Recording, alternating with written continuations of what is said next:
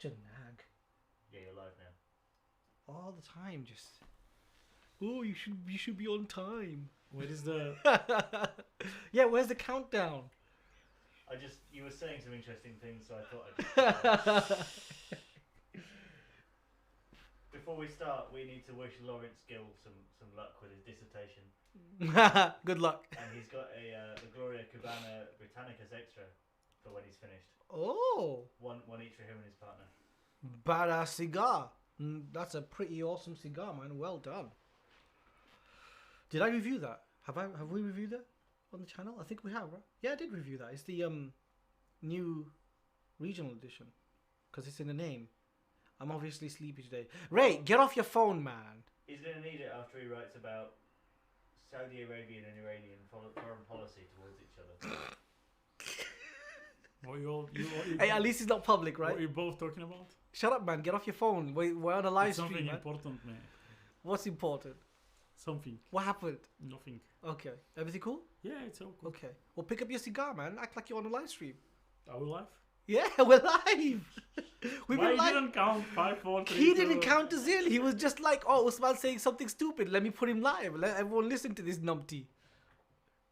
So, yeah, dick move, man. I could have been saying anything. Stop telling bullshit. Ian Kelly says vending, everyone. I think he means evening. Oh.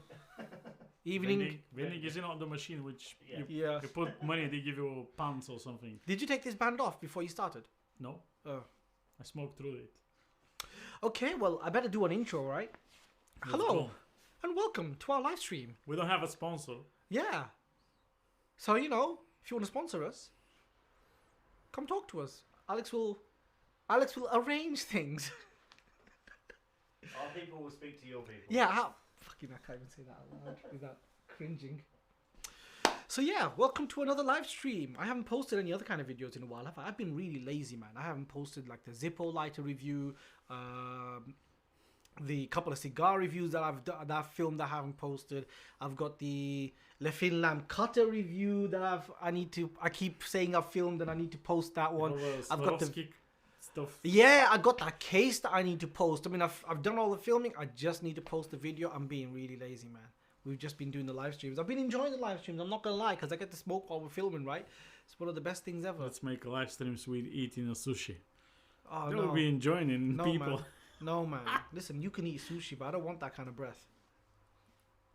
It's nothing bad in the sushi. I've been teasing Ray about this cigar. But anyway, welcome to another live stream. I've said welcome 3 times now. And yeah, today we're talking about Plasencia, the company, the cigars. And this video has been kindly supported by Wayne. Wayne sent us in the cigars. This is the Plasencia Year of the Ox limited edition 2021. Brand new-ish cigar. Salomon cigar, 7 inches long, 58 ring gauge. But it's a Salomon, so it's not like 58 across the board. It's just 58 on the bottom for like a minute. And then it's like 47, 48, and then whatever. Where did you see 47? Huh? Where did you see 47? I'm guessing, man. I'm guessing. This is like it goes to like 50, doesn't it? Yeah, sorry. Stop being so pedantic, man. I'm just correcting you. Yeah, listen. I'm trying to talk to the audience, not you. Shall I get out? Finish your cigar and then get out. So, yeah, we're talking about Plasencia. And so, Wayne, is Wayne watching? Yep. Wayne, thank you so much for these cigars, man. Honestly, these are beautiful, beautiful smokes from the looks of them. Ray has already started his. And Ray can tell you what he thinks. But I'm going to start mine now. And yes, it will be long smoke. So I want to smoke more of the cigar as possible to the life. So I started like half an hour ago. I barely managed to go through the widest part of the Vitola. Yeah, it's a big cigar, fancy looking. Plasencia Year of the Ox, made for the Chinese market, I believe. 2021 is the Year of the Ox, so is it this year or last year? Maybe it's this year, that's why they release them now. if you say 2021, then it's probably... Yeah, but they might maybe celebrate the last New Year, I don't know. So I reckon it's about 2,000 boxes made. Quite limited cigar, even for the US market. It's not the cheapest one. I believe. 30 quid in the UK. $35, $37 in the States if you find Yeah, them. but do you know what? Plasencia Cigars, they've been pricing up heavily recently, man. Yes. I was smoking a whole bunch of Almafuertes a few years ago when they were all like 15, 16 quid. I bought a ton of them because they were like massive cigars, tasted incredible, and they were priced at 15 quid in England. You know, from Cigars, I was just buying like bunches of them. And then they went completely out of stock and I couldn't find them anywhere. And then when they came back, 30 quid a set. I was like, damn. 30 quid a cigar. Buy them when you can.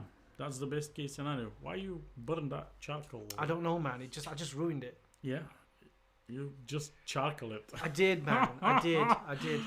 And now you're gonna say it's plugged. You don't want to smoke. You do nothing. You do nothing. Just charcoal it. It's dope. I didn't just char it, man. Have you got So any cedar? I so far for me that cigar start with not much of a pepper or harshness. It's very mild cigar in my opinion. Very similar to the Alma Fuego. Yeah, Alma Fuego, the red band. I've smoked 3 Alma Fuegos. That is very close to that cigar.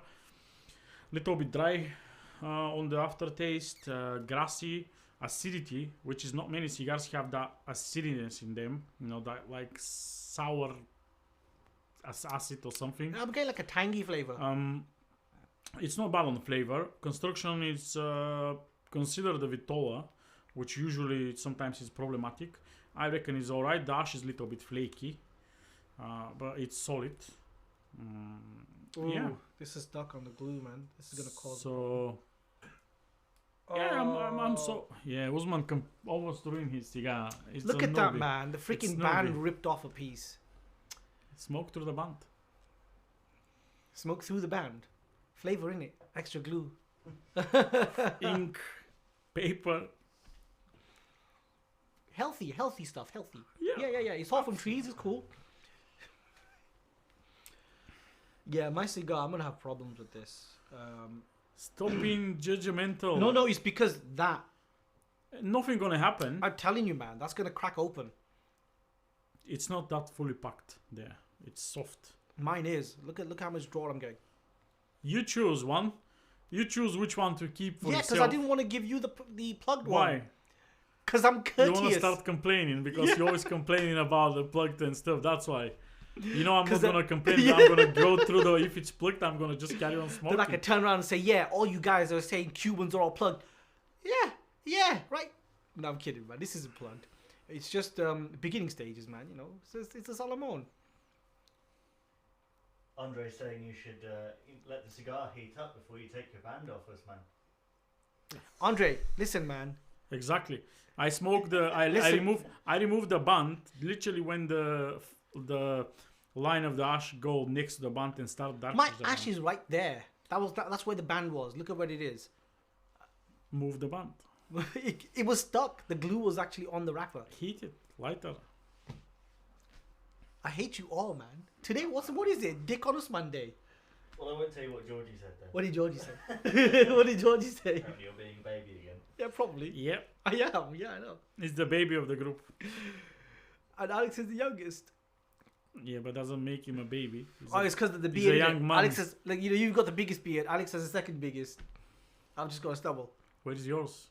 It fell off, man. He fell off. Yeah. How? Too much shea butter. Yeah. He fell off. Keep your beard. Oh, I got told off, man. By who? Anyway, Plasencia's. Plasencia is a company. They make cigars.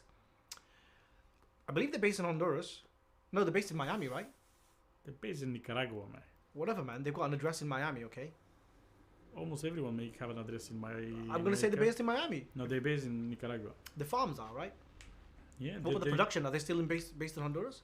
No, man. They have No? very small factory in Honduras, man. So they moved completely from there? Yeah. Okay. 20, 30 years ago.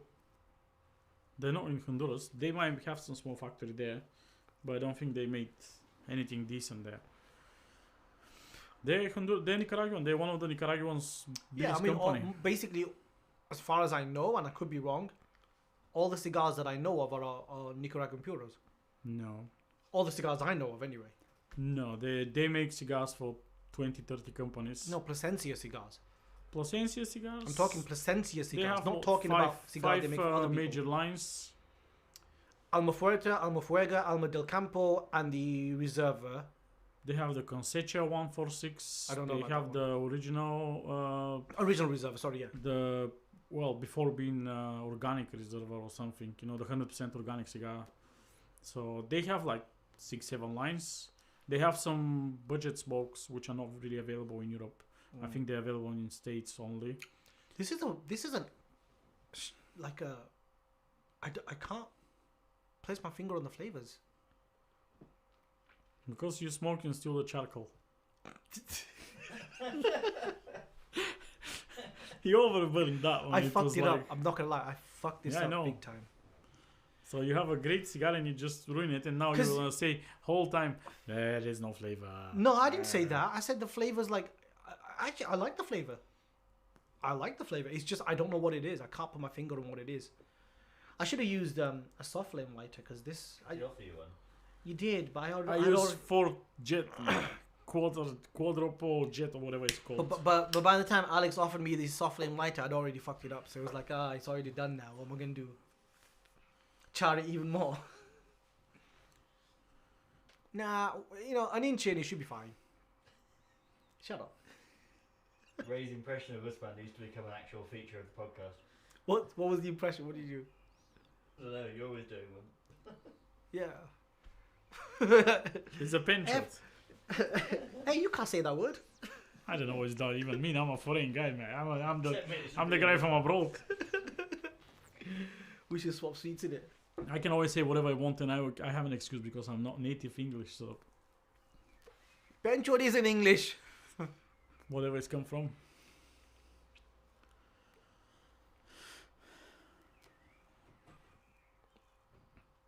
Better? A lot better.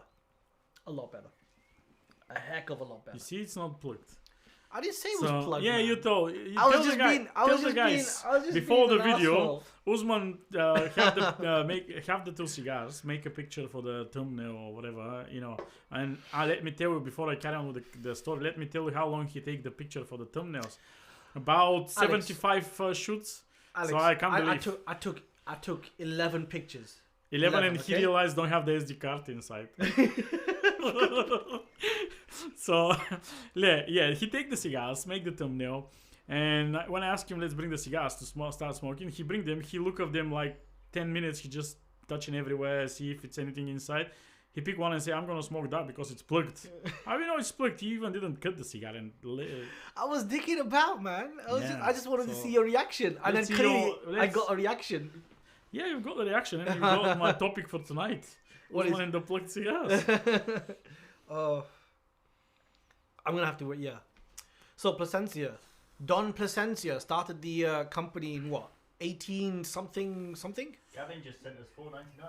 Oh, Gavin, that's so nice of you. Thank you so much. Thank you. Very Jumping in now, appreciate. smoking a Monte Cristo Open Master with my Cuban roast. What do you think of the Open Masters? Let's stay quiet. No, I don't mind telling Did you what see I'm the look that thinking. Ray gave me? No. I'll say what I'm thinking. I'll say what I'm thinking. Usman gave me open. It was Open Master you gave Open me. Master. Yeah. Yeah. Usman gave me Open Master a few weeks ago. I think it was 7-8 years on him, maybe more. 11 years on it. So I was thinking in the beginning to keep it, not smoke it, but I actually smoked it exactly a week ago on the pre-show last Tuesday. Wasn't impressed from the taste. The construction was perfect. No any issues, no draw issues, no burning issues, anything. It was very blunt at the moment, at the beginning, then become a bitter, and I didn't really enjoy much as some other Cubans. Yeah, it's kind of like it's got a nice oaky flavor, but then that's about it. I never been a big fan of the master session, open line, series. open masters, series, and yeah. all Open kind Eagle, of eagle. I never been a huge fan of them. to be Open honest. Regatta is not bad, but it's it's just like. But I've whatever. smoked only probably few of each. I haven't smoked more than 2-3 of each of them. I've smoked a lot of the Open Eagles and the Open Masters, just because they look nice. They do look nice. And I like the band. I like the double band on it, and I think they look nice. So Plasencia, you start telling the story about the Plasencia. Oh yeah, so Plasencia started what in 1890 something, whatever. 19th century, somewhere in 19th century. Late 19th century. Don Plasencia, I've forgotten his first name. I think it starts with E or something. Don Plasencia from the Canary Islands, like not far from us really. Yeah, Spanish, another Spanish family Off the coming coast into of the Caribbean. So Canary Islands off the coast of Morocco, but part of Spain. People know where is Canary Island, trust me. Listen, I didn't know, okay? You didn't know, but people I had to look know. it up. I had to look Everyone it up. going in Tenerife and Benidorm and that kind of stuff. But so- that's not where I go, you know. I go to like the nerd places. yeah, Finland. I got paid to go there, okay? Shut up. People got paid to go in Tenerife. I did get paid to go there. Ray's travel guides. Finland is a nerd place. Is it not? It is. Raise maps. Everywhere. Nerd. Except Canary Islands and Cuba and Nicaragua and Dominican Republic. Everywhere else, don't care. Does he have cigars? No? Fuck off. Actually, If you're better in the geography than me, you want to start naming countries? No, See how you- many I can name no, and you listen. can name. Listen, I know you're better than me at geography. I don't even want to challenge you on that. But it's just the way you dismissed everything. You say nerdy country, that was the first coming in my mind. Why is Finland a nerdy country? Because it's why? Many Because it's reasons. Crazy education, crazy food, crazy cold is there. I'm going in Finland next year. Norway's crazy cold. No? You not describe crazy cold minus 50? Okay. I want to see how you're smoking on minus 50. I've smoked on I don't minus want to smoke 40. minus 50. I man. smoke on minus 40. Yeah, you can do that. I don't want to do that, man. So it's crazy cold then. That's way too cold. Yeah. Norway is that cold. Yeah, Finland is colder. Is it? It's close to the North Pole. Yeah, but Norway kind of stretches up as well. Nobody lives there. Everyone in The two Finland. guys at the top just shivering. Well, I'm going to Lapland next year. Are you? Yeah. Forget that. So, Hell no. yeah. Are you gonna go watch the Northern Lights? Or No, Aurora I'm just Borealis? going to see if I can eat some deer. I'm a cuisine Well, guy. I Eat wanna some deer, smoke a cigar, Yeah. watch the lights. Do it all Who care together. about the lights, man? Just Really? the stars over there. Oh, whatever. come on, man. That's just an You're amazing. going to see Santa. In March. I'm not going to see Santa in March. Well, where that's he when lives. he freaking works. He's obviously not yeah, at home but in I'm going in December. March. So I'm not I don't want to see Santa. Why I want to see Santa? He's got presents. Not for me. You don't smoke. You've been a naughty boy. Look, you've been a naughty boy. I'm always. Anyway, Plasencia, back on track. Yeah, Canary Islands. So started off there, moved to Cuba, and they started producing tobacco, right? So producing a lot of tobacco. I think his son took over, his son or grandson, I can't remember. I could be wrong. Sixto. Son, yeah. Sixto. I can't pronounce that name. How do I pronounce it? Sixto. Sixto. Okay. Simple. 5 letters. How do you Sixto. pronounce 5 I letters? don't know, man. I thought like you had to like make the X a weird. I don't know. Sixto? It's somewhere Shishto or something. Sixto. It's not Indian, man. Sixto. So see all the comments I get from Ray. We forgot to switch the light off. Do you mind just switching that on? Carry on. Just give me a real, weird shade. There we go. Thank you. See, Ray's kind enough to do that. So started producing loads of tobacco. Like a big producer in Cuba as well. They had a number of farms. They say it's big, but I'm curious. I don't know any Cuban no way to brand verify it, producing from him. Yeah, but there's no way to verify it though. No, they have the history. Everyone know the history, Yeah. but I'm curious because back in the time before the Cuban Revolution, there was probably hundreds of different brands, but I never heard for Plasencia or something related to Plasencia. So I reckon he produced tobacco for other brands, not Yeah, for probably. himself. Yeah, of course. He's just producing tobacco as a farmer. Because I can't remember. Are there any Plasencia Cubans? I don't think there are. No, they're not. No. Yeah, Plasencia was just the name of the family that were producing the tobacco for X, Y, and Z brands. Maybe, yeah, I don't think they were producing any of it for any of the modern brands because when Castro turned up, freaking took everything, didn't he? Damn, Yeah, of course. that guy took no prisoners, man. He was on a vibe. Whoo, he freaking took everything from them. So they had absolutely nothing. They basically had to run out of Cuba, run to Mexico with whatever they could grab. That's a shit stick right there, man. So everyone being in the same situation. Back I in know, the but time. I can't even imagine like something like that happening. I can as well. How to get out my cigars with me? Doggy bag, there was plastic bags in it. Just shove them all in. I wish it would be Just that smoke easy. them all at once. Damn, imagine that. You know, all the hard work, the plantation, you know, the massive tobacco farms that they had, everything that they did, just gone like that in a moment.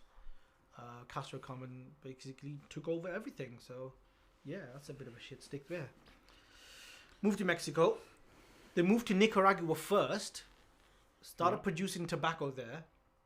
Produced a lot of tobacco. Probably a lot of other families from Cuba. Yeah, probably. Padrones and them. Fuente and, as well, right? Uh, Fuente moved to Nicaragua. I'm sure he did. no, I don't think so. Fuente moved to Dominican? Miami, and from Miami, you know, Ybor City, Tampa, moved to Dominican Republic. I don't think Fuente been in Nicaragua. Now he opened in Nicaragua, but not before. Oh, I see. Okay. Yeah, okay, that makes sense. But then they got kicked out of Nicaragua as well. Yeah, it was everyone back in the time. All their farms and everything just burnt down. Yeah. Oh. It's like one shit sandwich after another, after another. Like, holy crap. Yeah. I mean, it was some tough times for Sixo, man. Sixo had a freaking tough scenario. His family probably. I'm not sure his generation after that was being the guys which actually built the stuff in Nicaragua and Honduras after that. Well, they were in Nicaragua, had everything gone, went over to Honduras, started producing again. But this time, they managed to build a little bit of a foothold. So they started producing more tobacco there. I think they were producing like 10 million cigars or something silly like that. And they were producing. They start producing that amount when they come back to Nicaragua. No, they went to 30. Okay. They went to 30 million when they went to Nicaragua. So from like 10 million cigars in which is a lot for a relatively unknown at the time, relatively small company to produce that many cigars. We don't know whether they were all like long filler or whatever. I don't know. I don't know if we could verify. Some of them will be long fillers. Some of them will be short fillers. Every company they also probably make do short that. Yeah. fillers. So we don't know the ratio, but still, 10 million cigars. That's not any number to be sniffed at. Companies like Padron can't achieve that even at the moment. They can't? No, Padron produces 9 to 10 million at the moment. Yeah, they're small in terms of like production value. Imagine what is 50 years ago to produce 10 million. Yeah, 10 million's a lot 50 years ago. And then they wanted to increase production, so they moved back to Nicaragua, set up shop in Nicaragua, and now there are like something silly like 40 million or some stupid number of cigars. Well, probably 5 years ago they produced for 20, 30 different companies cigars. They don't have an online, not a premium one. They producing a lot of cigars for a lot of people, and finally on the end they realized they can actually make a serious money making their own cigars, because Nestor Andres Plasencia is amazing blender. It's one of the probably the most knowledgeable people, especially for his age, because he's in his 40s, right? So 50 something. Yeah. It's really knowledgeable. He's a proper agronome. He know how to deal with the soil, with the fertilization, with everything, not just and the soil in Nicaragua is like super rich in nutrients and nitrogen. In many places, so you could do a lot with that. So Nestor Plasencia is the guy who's currently, is he in charge? He's the CEO, isn't he? He's I'm not sure he's the CEO is the right name. He's in charge basically. Okay. He's the main blender. He's the guy behind the face behind Plasencia. So I'm assuming they don't have CEOs. They have.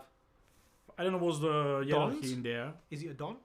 No, I don't know what's the hierarchy in the company, but Nestor Andres Plasencia is basically the guy behind Plasencia at the moment. And the latest, one of the new cigars that they produced was the Sixto Almafuerte, right?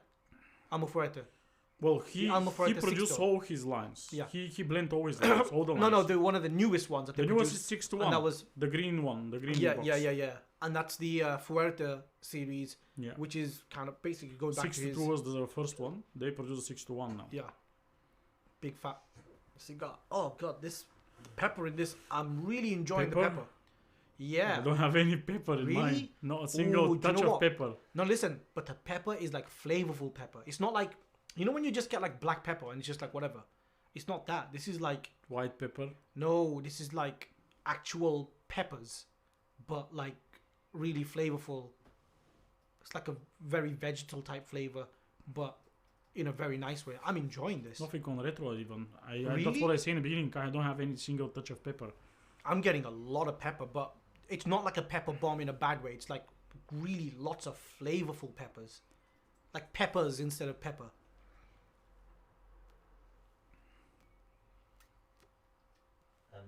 I've been told to ask you to stop adding so many syllables to Nicaragua. Nicaragua. Or he's actually written Nicaragua, but I think that's a typo. Nicaragua. Nicaragua. How do you say it? Don't know. How did you say it? Nicaragua. Nicaragua. I kind of switch between the two. Nicaragua. Nicaragua. I Nika. Nika. I don't. Nika. Nika's a whiskey. Nicaragua. That was Google. What? Yeah, but you know, Google couldn't pronounce Vihir properly or Vihir. That was Wikipedia, so it must be right. Clearly. Fine, I'll pronounce it correctly based on what Alex tells me. Nicaragua. Is that close? That's what Wikipedia said. Okay. Can we agree on that? Yeah, I would say Nicaragua. You So put an extra. Nestor is the CEO. Okay. His brother Gustavo is the marketing manager, and the Yeah. younger brother Jose Luis The just younger one. graduated business school, so he'll probably join in soon. Yeah. Thank you. Good Andre. family business. Thank you, Andre. Yeah. Yeah. It's, I know it's a Andre with always his fact-checking brothers, this. but basically Nestor Andres is the Okay, guy. so they do have CEOs then, right? Well, I didn't know the hierarchy, but Yeah, they I need didn't to know. have probably. It's, Yeah, I guess it's so. a big It's a proper- company. yeah, It's it is a big employ com- thousands of people. Yeah, it is a big company. I was looking into it. I was like, holy crap, this is not a small operation. Like, you know, when you... Because I thought it was like on the level of Padron or something, but it's not. It's freaking huge. It's like a massive operation.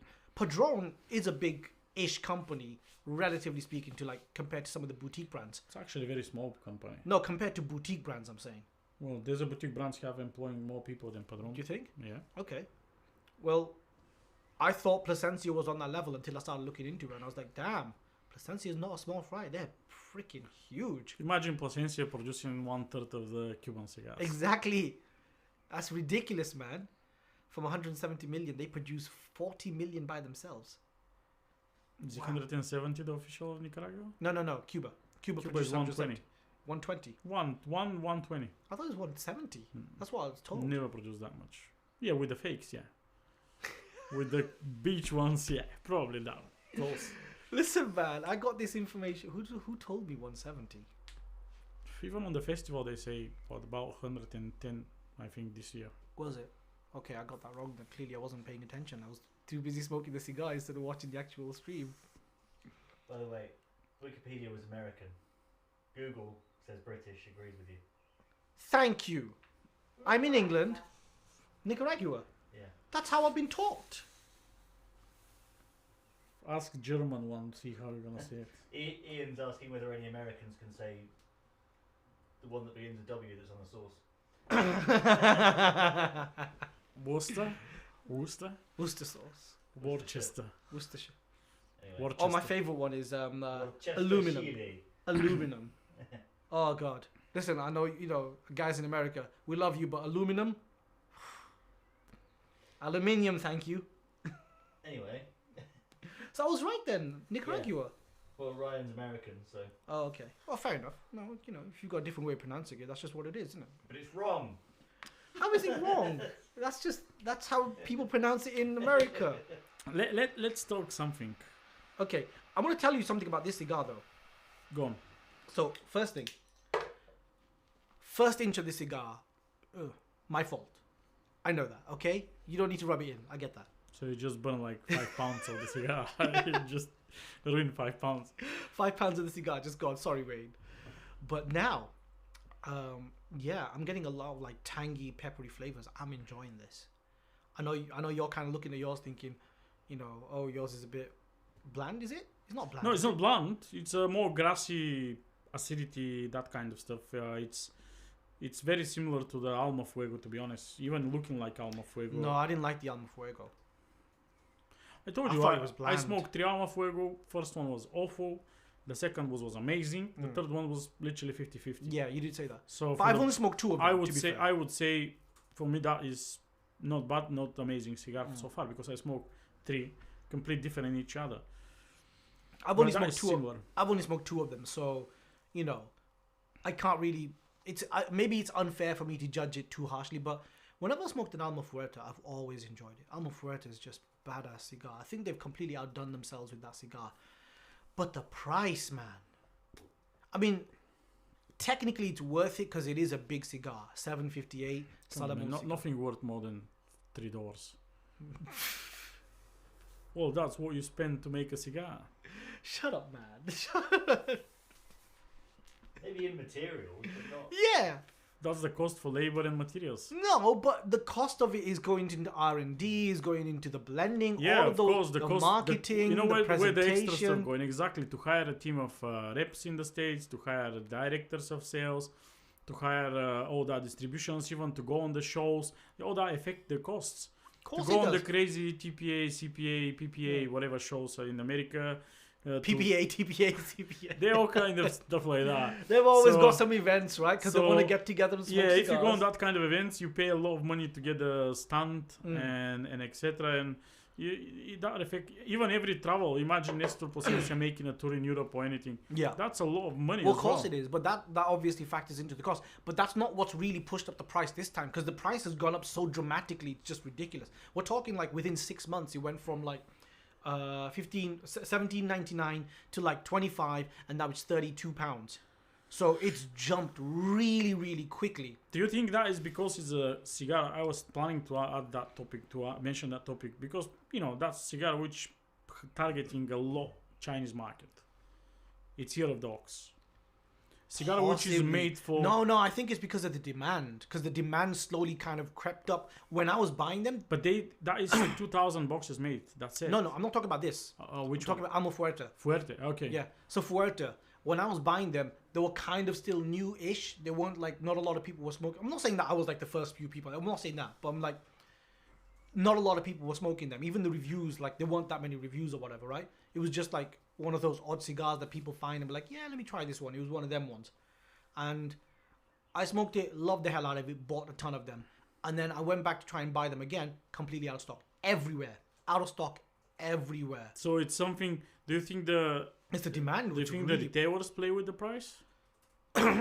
Because that is something like the Cuban cigars then. No, I think So you have the new Cuban I think release. the retailers are probably spending more money to try and get them in. Because if the demand is there and the supply isn't, then it's going to cost everyone, isn't it? If the producer produce them on the same amount of money, maybe charge Probably slightly more not. for the shipping cost. Probably But not. If they have to produce a heck of a lot more and they have to meet demand, and they haven't every got company every reputable company will tell you when you want to demand the cigars. If they're not ready, will not have them. They're not gonna just make you. If you want 50 million cigars, they're not gonna make them because they don't have them. Everyone you approach, Carrillo, Fuente, Padron, Plasencia, Hoya, everyone if you want to approach and say, I want X amount of Alma Fuerte, for example, or Ipi Carrillo Pledge. I want that one cigar because I love it. I have a distribution. I want X amount. If they don't have them, they're not going to tell you, oh, you can have them next week because we all stop doing whatever we do. We start doing Alma Fuerte from now. They need to have the tobacco ready. True. It's not that simple. They just can't pick No, that's true. That's whatever true. have in the field. We pick them, Because they fermented. need that particular blend. They need the exact. So even if the demand is huge, the problem with if the demand is huge, you're not gonna find any boxes left in the shops and stuff. It will be sold out everywhere. And then since the retailers receive a new batch, they will be pre-sold and they will go quickly. Yeah. So in my opinion, that's the Do you think it's retailers the play. retailers? I can't be 100% sure, but in my opinion, retailers play with the price Do you know what? If they because can, you have the demand. It's can. already been sold out even on the highest price. Yeah. They put them 30, 40 quid. It will be sold out. So if they can sell it on that money, they're probably making a big profit on it. But the other there is a benefit to hiking up the price though, because what tends to happen is when you hike up the price, it cuts out the low end demand. So if you have too much demand for a product, and you hike up the price, it makes it so that it kind of sustains the supply a bit better. But what's gonna happen if let's say you raise the price, you have a less demand because cigars are more expensive. Yeah. And the producer decide to next year tobacco batch he will produce another 40 million cigars, just that one. So you're gonna end at the end with you have like 50 boxes of your store. Nobody wants to buy them because the prices are double on what they. Well, you could drop the price as well. If you're playing with the price, you can always drop the price. You could just kind of say, and you could justify by saying the manufacturer produced 40 million. We've got I'm loads happy now. to see someone drop the price. I've seen prices dropped. Well, pound. No. Can you see somebody? Behika 54, 2018, January, Behika 54, £120 from Cigars. Later on in that year, I bought one. Dumbass move. Because later in the year, it went down to 80 quid. Is it just because they have few? I don't more? know. I don't know. I don't know. I would be more than happy to see that Alma Fuerte again for £19. I doubt it. No, it's not going to Exactly. happen. It's not going to happen. Not gonna happen. And I think it's because Plasencia has kind of built up the brand a bit more. People are more aware of Plasencia over the last few years. That brand has been developing. And yeah, maybe you're right. Maybe the Chinese market has been consuming a lot of Plasencia cigars. Well, I especially was because of these marketing things. that one for the Chinese because that is in Yeah, honor, Year of the you Ox, know, it's a Chinese. in honor of the Chinese, the market. You know, the Cubans start doing that kind of year of something. A lot of other brands produce year of the something, year of the, you know, Davidoff produced that stuff, and I reckon Plasencia targeting that kind of market maybe just to try to see if have demand in China for that cigars. Maybe next year they will start more distributing more and more of Plasencias there. And maybe they did build the demand there, and maybe that's what's pushing up the price. So we don't know. And you know, if you're I'm guessing if you're Chinese and if you in that kind of zodiac stuff, you know, year of something, if you believe in your religion and stuff, maybe you want to buy that cigar exactly just because it's year of the ox. Yeah, because like And- is it good luck or something? I don't know what it means. I'm not into the zodiac stuff, but Do you know basically anything about it, it's, Alex? for me, year of the ox or year of the frog or year of the pig or that kind, it doesn't mean nothing. I'm not a Chinese guy. I'm not believing in the what calendar they use in there. The Chinese. It's nothing. It's just another fancy band. Yeah, year of the ox. Ox is a good animal. You know, good meat. That's what it means for me. But there's no ox on it. It's not on the bottom band. Is it on the bottom band? I No, can't- it's just special edition there. Oh, this has got some strength to it though, man. Nothing would For be. me. Yeah, if that's as strong for you. No, I don't find it strong. I can just feel the strength. There's a difference. Like you can Okay, right? There's a difference. if you say so. You can feel some strength, but you don't find it strong. Like you don't find it like, okay, this is too much for me to handle. It's not like that. It's not heavy. I could just feel the weight. That's literally fine. It's not wet. I could just feel the water. This isn't, this isn't heavy, but I can feel the weight of it. Not bad. Keep it for 2 hours and see what happens after that. Yeah, I'll hold the cigar out like that for 2 hours. It'll be fine. But yeah, prices, man. They've been going crazy. Like, this is still less expensive than the Alma Fuerte. And it's a limited edition. Yeah, but they will be, doesn't matter what demand you have for that, they're not going to produce anymore. True. So now it's £30. I want to see It's in going a to go year to 45. time, in a year time, 45 easy. if there's any boxes left, what will be the price? 45. Because Alma Fuerte, how long it took to become a double price? 2 years? A year and a half. Year and a half. Yeah. Let's see that is released when? Few months ago? I don't know. Probably the beginning This of the year. Yeah. Something like that. So let's see next year if there's a few left. But maybe they're not going to be that raised on the price because next year will be year of something else. They're going to produce new batch. Same as Davidoff, what they produce year of something 3 years already, 4 Yeah. or maybe 5. I think 2016 they start that kind of. I mean, they've got a new limited edition out for this year, right? Everyone starting that kind of lines. They produce a new limited edition. So maybe it will be same blend. Who knows? Because I don't think that blend is being disclosed. So it's just Nicaraguan. That's it. No Yeah. disclosure. And maybe next year will be slightly different Vitoa. That's what use the producer to do. It's different Vitoas, pretty much similar blend. If they have left over of that cigars or anything.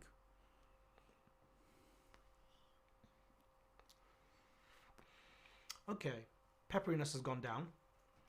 Very smooth now. What do you think about the idea of the Plasencia to make 100% natural cigar and basically not using a Oh yeah, Well, the organic cigars, right? yeah, the organic cigar, not using the silly fertilizations and that Hey, if kind it of protects stuff. bees, I'm all for it. So yeah, they claim to have a. We all know that's a natural product. Yeah, but how do you quantify that? How do you like for example, fair It's trade, Alex? certified. It's been certified by some agency or something that's 100% organic production. Interesting. Nothing non-organic in that cigar. The filler, the binder, the everything is 100%. So nothing. So when they use pesticides, they're using natural pesticides and everything, which is going to not be harmful to the environment or vital. What happened? Sorry, just two good points here. Go on. First of all, the one I wasn't laughing at, Christina. Hi, Christina. Says that the Year of the Ox stands for resilience, hard work and loyalty. Unlike you. Unlike what? What's that got to? Where's that jab from? Do you see that? He just freaking sucker punched me for no reason. Dick move, man. And given that we're 41 minutes in and we haven't mentioned the G word yet. What's the G word? Andre points out that Gurkha used to be produced by Plasencia. They still suck. Look, I don't care who makes Gurkha, okay? Clearly they're taking the stuff that's been like left on the side for like 6 months. Andre, which factory producing the Gurkha? Is it the Honduras one or the proper Nicaraguan one? It's gonna be a while. There might be a also, as Georgie points out, terms like organic and fair trade and things, they vary. I was gonna say like fair trade, for example. I was gonna say how to what extent is this organic? Because fair trade, what's the percentage of fair trade? It's like some ridiculous amount. Right, It's a very small percentage for you to be certified as fair trade. So when people say organic and it's been certified, I'm being cynical about this. Clearly, I'm being very cynical about this because any certification of organic is better than no certification of organic, right? So that's the crux of it. So the fact that they're doing it is brilliant, and it shows that they're concerned about these things and it's important to them. I'm very pleased about that. I'm being very nitpicky about this, but it's coming from a cynical place, and I know that I'm being unfair about it. But I'm still going to ask the question, and that is, how do we quantify to what extent? Like, what does that mean when you say organic? That's the question. I know when they start producing that cigar, they call it Reserva Organica. Mm-hmm. And I think there was a problem with the name because exactly you can't be verified or something like that. And that's why they changed it to Reserva Original, I believe is the name now. Yeah, I thought it was called Original Reserve. Yeah, before was Reserva Organica. Was it? I smoked 2 of the old ones. Okay. They were different band, still white stuff. Still white and still bronze whitish, or gold. but complete different detail, complete different band, and they was called Reserva Organica. It was white, same color as the background as behind me, yellow, brown, white, that kind of stuff. Complete different letters and stuff, and it was different name, but because they have some problems in the States with the name. Oh, so they actually went and got it properly certified because they had a few issues with the original certification. So it seems like they maybe kind of like looked at it and thought, okay, this isn't enough, or maybe we didn't do the right things. Let's do it properly and officially. Let's get it properly certified, and it is going to be organic. In that case, do you know what? Maybe I'm just being a dick over here. Maybe they have got it properly certified, and that's pretty awesome. That's pretty amazing. I've been on a few calls with Nestor Plasencia. Actually, I'm on a Zoom call with him in 2 days. I might ask him. We'll see. But you should have had that call before, man. I found out he will be on the call a few minutes ago. Damn. So, he will be in part of the Nika Puro Festival. He already been there a few weeks ago, and now will be another guest in another show. He's always very responsible on the questions, so you can ask him everything you want. He seems like a cool guy. It's absolutely. He seems like a really cool guy. I've been on the last session. I've been with him 3.5 hours session, probably 3 hour session. He literally didn't stop answering questions. Did he? Anything you put in the chat, he answered it. It doesn't matter if it's a nonsense, silly question, which many of the big boys in the industry don't want to even read that question. He answered it. Yeah. Ask him a question, he answered it. If you can join in 2 days, I'll send you the details. You can join and you can. I knew to me, he always seemed like a cool guy because I've seen him in like some of the chats and whatever. He's one of the guys which come in really often to work. Actually. Yeah, I never asked him a question or anything like that. I never joined in verbally. But whenever I saw him, I thought, yeah, he seems like a really cool guy.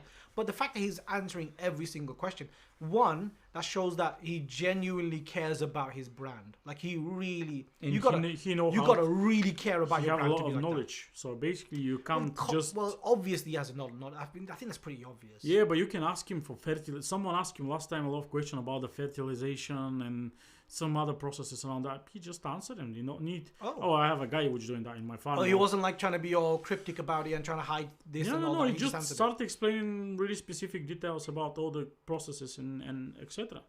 Which is awesome. There was a people which are gonna tell you Yeah, I'm the CEO of the company. I'm selling the cigars and show up to the people, but I'm actually know nothing about him. But he wasn't like that.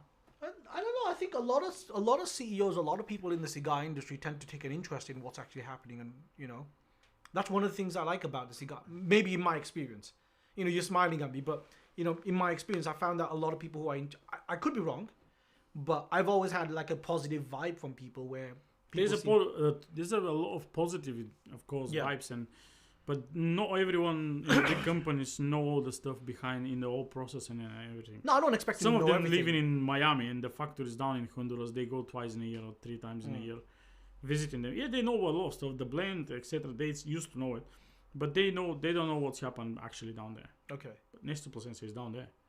Well, He lived there. Yeah, that's Is I his mean, family? Yeah, that's where his Wow. family is. Yeah.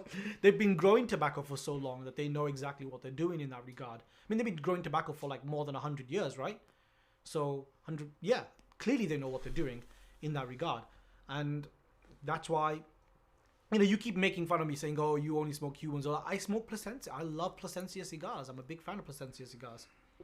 Smoke a lot of Plasencia cigars, mostly Fuertes, because I didn't like the Fuego. I'm not gonna lie, I'm not a fan of that. But then again, it was only one. And then what was it? I think I had the Del Campo. Del Campo, yeah. Yeah, 5 1/4, 52 ring gauge as well. I think it had the same kind of Vitola. It was decent. It wasn't bad. I didn't think it was. It was better than the Fuego. But the Fuerte, man, it just kind of kicks every other cigar that they make. It's just a really good cigar. I think they've kind of produced something so good that it makes the other cigars that they produce look a little bit crappy. But they're not crap. Obviously, they're not crap. It's just one so good, it sticks out. Another topic in Plasencia stuff, I'm just thinking, what do you think about the new implementation they put into the bands with the QR Or the QR with that tag thing or whatever, the scans or whatever. Yeah, where basically I don't know, man. I think it's a 6 bit of to a 1, dud. the new one they released, the new Alma Fuerte, we supposed to have the tags where basically you can track, because it's an expensive cigar. It's not I that reckon that is expensive. that is a cigar which potentially can be counterfeit. Who's because- counterfeiting them? Well, after the Cubans, like the next cigars which have been mostly counterfeit, that's a lot of Fuentes. People counterfeit Fuente Yeah, Fuente. because it's collectible and it's expensive. Well, Alma Fuerte Alma Fuerte 6 to hasn't 1 reached is that level. $30-40 in the States. In the States? Yeah. Fuck. So They're not that expensive here. How If much is it some- over if here? someone- Do you mind just doing a quick search on that? Or Alma Fuerte. 6 to 1. 6 to 6 1. to 1, yeah. So if you just search on the cigar site, Alma Fuerte. So if the cigar And is then that one of them will say expensive, 6 to. what's on- gonna when take on the to drop down. what's gonna take to some small producer to produce them for $2, make some fake boxes and stuff, and selling them as a legit stuff. Well, just because they're expensive doesn't mean that they're popular enough for fake people, for Everything counterfeiters to make expensive it. is popular for counterfeit. I don't know. I think, there's a market for Cubans which is much bigger than the market. So for counterfeiters anyway. But you just say the Alma Fuerte is sold out everywhere. Yeah, that's true. If you have demand, well, it's not expensive as the Cubans, but still, Well, the if it's demand. similar price and if you have the demand, why not someone start producing them? So if they think for that kind of measurement versus the counterfeit, why not? 35 pounds in the UK. $40 in the US. Can you check in US how much is in US? It Somewhere. must be 25. I'm pretty sure it's more than that. what should I check on? Well, check Just the search for same that. Just cigar, copy and but paste that name into Google. yeah, and see the first And site then which sell them there. I It can should tell be you if the you size. search for like famous smokes or Yeah, Yeah. trying You to find one in America.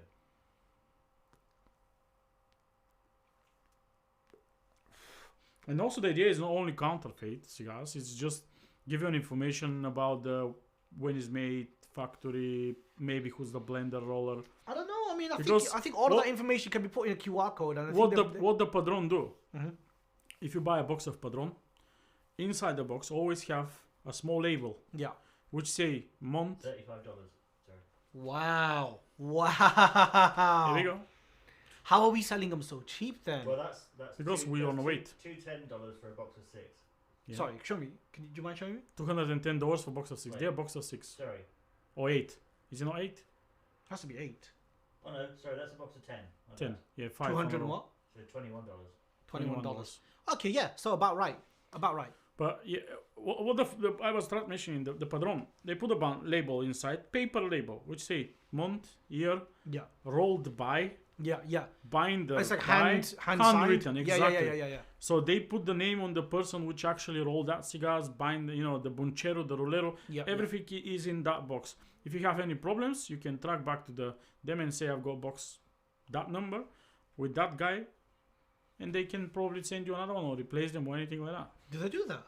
Why not? Every decent retailer will do that. We're not going to be Retailers done by... do that. I didn't think the manufacturer Yeah, would. but what the retailers will do if they replace the Oh box? yeah, true. Yeah. They call Padron and say, look, I have box from Yeah. that guy. Because they're expensive They'll as plug, well. they They're damage not- their stuff, so what's happening here? But probably Padron will replace them and see what's happening in the company. Why are they going to check the whole batch of that guy, Yeah. see why there's a quality issues, problems and anything, and they will take some measurements about Let's. that. I want to talk about that in more detail, but let's go back to the organic comments because the organic one is an interesting subject. But we are going to talk about the tags and everything as well because that's an interesting one. But let's finish off the organic point. Organic cigars. What do you think in terms of the value? Because that's going to push up the price a little bit. Do you think it's worth having organic cigars in that regard?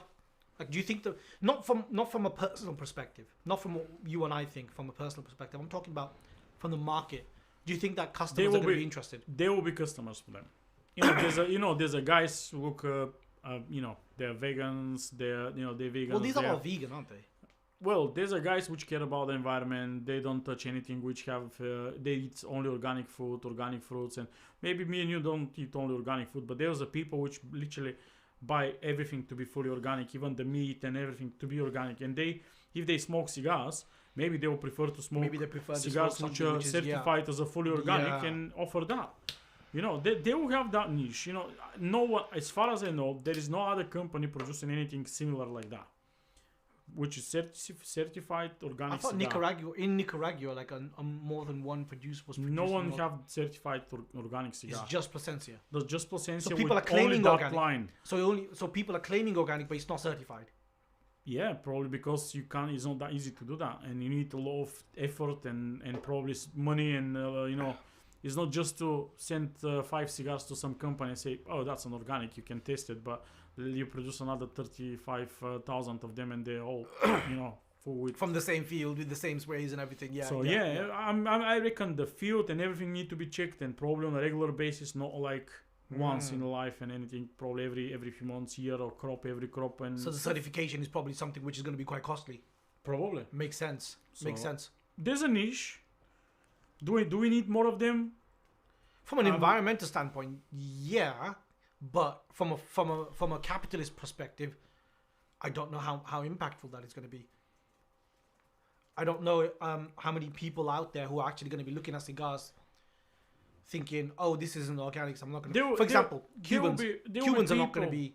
There will be people which they will be want to try them just of the curiosity, that, oh, that's an organic cigar, let's give it a try, what is that about? But is it... Do you think it's going to take off?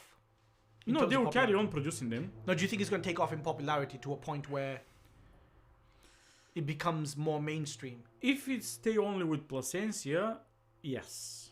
But let's say if Plasencia add more blends into that, if someone else start producing as well that kind of cigars, maybe we'll have a race into the inquiries. No, what I mean by take off is take off as in like become more popular.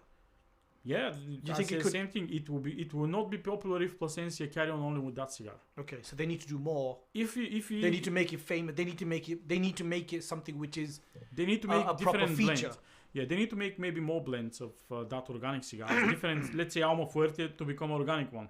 If they make that kind of change from organic that's one cigar, push cigar, that price up heavy. I don't know, but if they start moving to fully organic production in the years, let's say in 20 years, the aim to be all organic production to be Plasencia, maybe it will become more popular. Especially if they keep the taste. Yeah. Let's say if you smoke Alma Fuerte, your favorite Plasencia, and if they say it's organic Alma Fuerte, are you not gonna be? I'll sleep a little easier, Yeah, but there's a production issue as well, though. As Andre points out, he was the European manager for Plasencia said they lost a lot of tobacco are producing those because they don't use pesticides. Yeah. And that, that makes sense. Yeah, It's quite a succulent plant. Nestor Plasencia said the same thing. It take him years to manage to produce a consistent blend because the tobacco die. Oh, Just basically in different phases, and when when the tobacco is that big, the tobacco just keep dying from different diseases and everything because it's not. You don't use special fertilizers to keep them from a mold. could you greenhouse these things? Like, put it into more controlled environments? Okay, if you put it in a greenhouse, how many you produce? No, well, you can make a massive green. You can shelter the whole thing, really, can't you? It's not. But it's going to cost a lot of money. Well, some tobacco grow on the sun. But you Even can still if- have sun if it's in shelter. Well, they need direct sunlight. They're still direct. That's how greenhouses work, right? It's basically going like shade grown. I guess so. So I Must don't be think some- it's the same. I don't want to go deeply in that because I'm not competent in that. Yeah. I don't want to talk in bullshit. I don't either. I'm just asking. It's just Andre will have a good point. It's Nestor Does Andre Plasencia- mention anything? Just literally Nestor say it take him a lot of time and experiments to manage to find that blend, to consistent blend, because that is not only one tobacco. Using few different leaves, tobaccos, different growers. And Leaf, the imagine you binders, have the- everything and the binder just doesn't work. You can't certify as organic then, can So also, if you make a blend, you need to know it's tasty. you? And Yeah. only You can't just be produce like, just shove them all together and be randomly, like, yeah, that's organic. But it maybe tastes like dog shit, you don't. And no one's going to buy it, and then organic's not going to take off. So it's not an easy process, basically, to make a decent blend which can be grown in that. It's a lot of experiments, but yeah, I reckon you need a lot of resources. You need a lot of spare time, where you put money consistently and you not get nothing back, because they not produce 10 boxes of that cigars. They produce hundreds of boxes. So how many lifetimes do you think it's going to take before Cuba becomes organic? Never. I reckon my grand kids will not gonna be live. That never gonna happen. The sun's going to implode and then Cuba will turn organic. Not only Cuba. No, it's a lot. I mean, I know we're picking on Cuba because it's an easy target, but like Davidoff, for example, I don't think Davidoff are going to become organic anytime soon because it's just too costly. It's just too costly. They've got too many cigars. I don't think there's a particular interest to that kind of idea. Maybe need more companies, small companies. No, you need more consumers to want that kind of product, and you need more consumers to want to be able to pay the extra amount for that product. But you So if start doing that one, you're gonna lose a lot of good variety on different blends. You can't produce every tobacco organic. So some tasty cigar will have some component which can't be organic. So the cigar can't be organic. We have 90% organic cigar, but not 100%. So you're losing a lot of blends that That's way. true. But I think even if you make them like 10% organic or 20% organic, and you just have that slight edge, which is just kind of cutting away from some of the non-organic processes, it's still a benefit to the overall scheme, right? So maybe there's maybe it's better to have a scenario where whatever you can reasonably make organic, you make that organic. Whatever you can't, you don't, and then you kind of blend it in from there. Still a lot of money to try. It is a new lot blends. of money. I agree. So I don't think it's going to take off as quickly as Not all the companies are willing to invest just, that kind of money. let's say, scratch that 2 millions. Yeah, We'll do organic tobacco. because the upside in terms of the amount of income that they're going to receive for that is going to be very slim to none. Because Yeah. most people won't particularly care that it's organic. They're like, well, it's a cigar. I'm going to smoke it. I'm pretty sure a lot of companies in the industry, not only Plasencia or anything, they probably in their blends, tasting blends, they produce cigars which are mind blowing, but they're not cost effective. Andre mentioned something on the calls, I believe, in the one of the Zoom calls or maybe on my call. He said Kazdagli produced the tasting blend for the Cremello, Yeah. and Andre was one of the people which tried that tasting. Oh yeah, he blend. said it was one of the best cigars he's ever had. And said, yeah, that's one of the best cigars. But what did Jeremy Kazdagli say? If I need to produce 80 that pounds or cigar, 90 pounds a it's cigar. 80, 90 pounds a cigar. Yeah. So you know maybe what there that- will be niche for that, but not for the small companies No. which, Do you know what that produce reminds small me of? amount. Do you know what that reminds? Remember Zeiss? Because Zeiss had the same question. Zeiss, lens manufacturer, optics manufacturer. They had a similar question to them, and they were like, "Okay, we've been asked to produce a lens which has no compromises, but guess what? It's going to cost a lot of money. So they produced a lens which is called the Otis series, OTUS. They always is that after a bird or something? They always name their lenses after birds, whatever. So they produced the Otis series of lenses. The quality is insane, ridiculous levels of quality in terms of optical performance. And even then, they said they had to make some compromises just to be able to keep the price at about £3,500 per lens.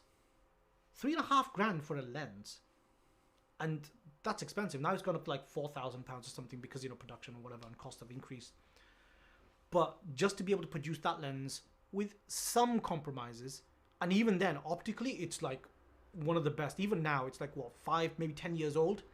Technology has moved on from there, and that lens is still one of the best optics in the world. And it's £3,500-4,000. Pretty, and it's manual focus. So you can't even autofocus with it. So you have to manually focus. And almost no one purchases it. It's so rare among professionals. No one buys it because it's so niche, it's so ridiculous, it's so expensive. It's overkill in terms of how good it is. So yeah, I completely get it. And Zeiss is a relatively large-ish company. It's not massive, but it's big enough that they can manage to Every company, doesn't matter what kind of industry is it, I'm sure they can produce mind-blowing stuff, especially if they're leading company in something. Yeah. They can produce mind-blowing products. Exactly. Problem But is the how many cost of people it- will buy them. Yes. So It's the cost which is involved. So I completely agree with that. I mean, because Dagley, if they're able to produce they that might kind- have, that's why you have some car, especially let's say cars, prototypes. It's something mind-blowing by some components. You It's know, it just could too be yeah. engine or body, but it's just not cost-effective, and they just make those five concept pieces. cars, right? Yeah. So as has been pointed out, it doesn't even just organic isn't just about the growing; it's about the whole process as well. Yeah. Tell me about the Everything. process. Well, What did they say about the process? They're just saying it's all about the whole process. Okay. So even like the boxes and everything. Yeah, everything is supposed to be Interesting. organic. So you have, you know, even the water you put in the Can't the, have like odd the chemicals. or the something like that. irrigation system need to be proper. It's everything. You can't just Although, sorry, Ryan apparently is a botanist Mm. / horticulture person, and he's pointing out quite rightly, if the finest cannabis in the world can be grown 100% organic, then we can do it with organic cigars. Just takes the investment, right? Cannabis has a bigger Exactly. market though, doesn't it? no. It's they can do it, but It just requires the from the investment. highest, let's say highest. I don't know how many cigars cannabis produced from that highest amount organic cannabis being produced, but imagine 40 million cigars to produce in organic. It's too costly. It's not gonna be, you know, and maybe people pay some extra for that organic cannabis and stuff. But the market isn't there for. I don't think that there's a big enough market for organics. I think most people don't particularly care, which is not. I'm not saying that, you know, that's a bad thing, because people are free to care about whatever they want to care about, right? But I just don't think that the market, from a sheer capitalist perspective, is going to be as interested in organics or whatever. But let's look at some questions that, you know, we're an hour in. Let's have a look at some of the questions. There Are there was any something comments or at the questions? start which I've left till now. Okay. So I'll scroll all the way back. Skip all that. And you said it's a 3-hour cigar, man. I'm already halfway through this. It's not long, yeah. No. It's burning quite fast, but it's not burning hot. Well, It's burning quite nicely. one of them was, what's your favourite Plasencia? Alma Fuerte, Generation V, easy one. The Salamones. The other one, the Salamones, whew, magic, I'll go for Alma Fuerte as well. easy. I don't mind even the 60 ring gauge. All of them are nice. I thought the 60 was a bit bland. No, I mean, it was it's in alright. comparison. It wasn't a bland cigar. It just didn't have the same kind of impact. And you had the Orchard Selection Talika Toro. We all have it, that one. Oh, is that what? And Is that I what we would have? say that is my favorite one, my bad. That is better than Alma Fuerte for me. I smoke one, almost 3 hours, total size, amazing cigar for me. I smoked the whole box. I really enjoyed that. I was such a badass cigar. That is the best Plasencia for me. I don't know. I think the Fuerte just kind of edges it out. They're so close. I'll tell you why the Fuerte edges it out. So the Orchard Selection, I think it does need like about a year's worth of age. For me And the it was reason for that perfect. is because, you know, when you get right to the edge, like when you get to the final third, you get this like bitterness, which I don't particularly enjoy. And Well, the only thing that we pointed out with it was the mouth, which I'm actually getting with this cigar, but that mouth lips thing. Yeah. You could actually like, when you lick your lips, you just get like a really horrible bitterness to it, and I didn't like that about that particular cigar. So I think after about a year's You worth use of too it, much disinfection on your hands, man. he had it too, man. He disinfects his hands a lot. Oh, So you're saying you don't wash your hands, right? No, you wash them. Don't disinfect them that often. I don't Just dis- wash them with the soap. It's not I bitter. only use. You can see I've got no antibacterial stuff. I don't use antibacterial. Maybe the stuff. shea butter is bitter. I didn't have shea butter then. You have some other one. I didn't have anything like that. It's not like Alex and I are using the same moisturizer, man. Where are we? No. That would be suspicious. Yeah, I know. There was He comes out of his house with like a really tense one arm. Lawrence was pointing out your weekly camera analogy. Yeah, well, Alex and I are photographers by trade, so that's what we do, right? We make camera analogies because that's what we kind of reference things to. I was also challenged to get the word succulent into conversation without you guys questioning it, and I managed that. I know I heard that. I was like, what the fuck's he on about? Succulent, but I just didn't want to address it. I don't know what it even means, so I just. He was like, skip oh, it. it's a succulent plant, is it? I was like, No. okay, no. No, it's not. I was like, okay then, but then I just carried on. And the biggest question really that's gone through the chat today is slightly unrelated, but Please don't. I haven't read it, but I know it's against me. no, No? Go on. it depends what you make it. Oh, for fuck's sake. Go on. Describe your sex life with a cigar name. Oh. Solomon's, isn't it? No, Kraken, baby. Why? Kraken, mate. Why Kraken? Boring. Yeah. Sex life with Dead. a It's cigar. also, yeah. Dead and stepped on. There's a cigar called Nymphomaniac. Yeah, I smoke one. That's the one I want. It's a Lancero type Nympha Vitola. Perfecto Lancero. Smoke that. Nymphomaniac. Yeah, it's called not Nympho, Nymphomaniac. Okay, so it's not the same thing then, is it? Because the Vitola is Nympha, and yeah. Andre says his is the Illusione one-off. The one. It's amazing cigar that. Although Big fan of the one-off illusion. Alex Burns reckons it should be the Swedish Delight.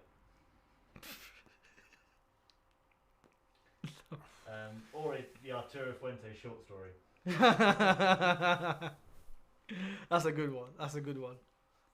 Cubans don't have interesting names, do they? I accidentally stepped on the Kraken today. Alex was quite hurt about that. No, I wasn't. Alex was like, how could you step on a cigar? Why? Why would you do that? Oh my god, I was going to smoke it. Great, I thought you were going to smoke that. Before you damage it. Yeah. I didn't. Where is it? On the floor. Oh, it's here, somewhere. yeah. Is it still okay? Because I did step on. No, it's fine, man.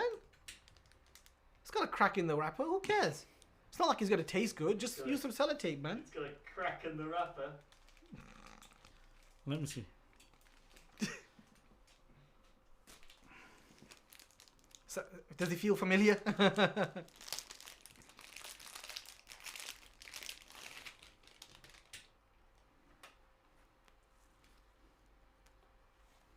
No, don't cut it.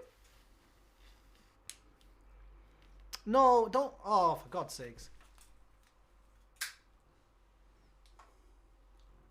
Oh my God. Okay, now you have to smoke it. Oh, Here we go. here we go, guys. I know that's exactly what happened to me. Give it some distance, man. Damn. Gonna char the hell out of it. Not you. Look at how close it is.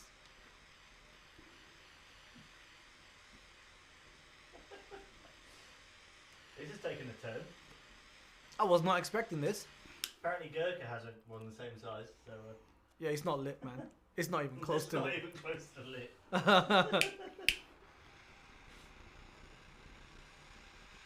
There you go. Nope. Top. Give him a proper lighter, man. This Cohiba nonsense. I don't know why he's putting his hand there like he's gonna. It's coming from here.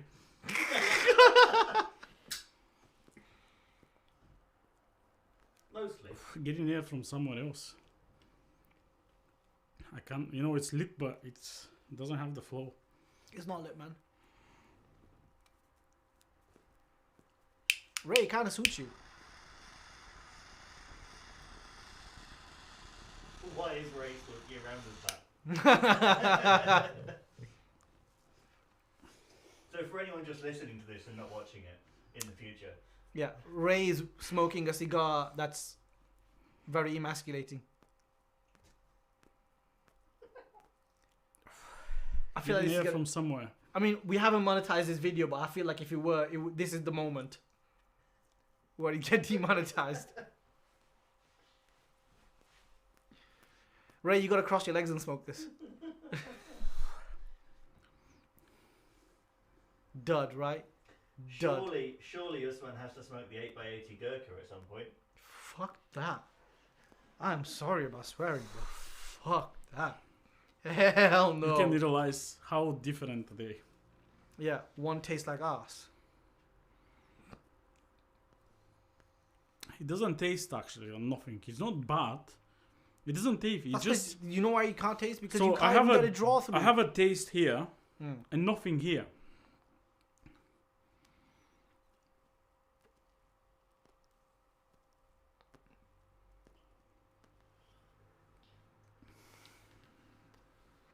No, do the thing. Go on. Do the thing. You know what you do when you're tasting cigars. Ray's doing his special tasting dance. And then do all that stuff. Yeah. Do all of that I shit. don't do that when I taste cigars. I do when I taste drinks. No, do the shit with here, man. I've seen what you do when you taste cigars. Take a lungful. I can't. It's You can't have draw. have some air from somewhere. Just hold it with both hands. You know, do this.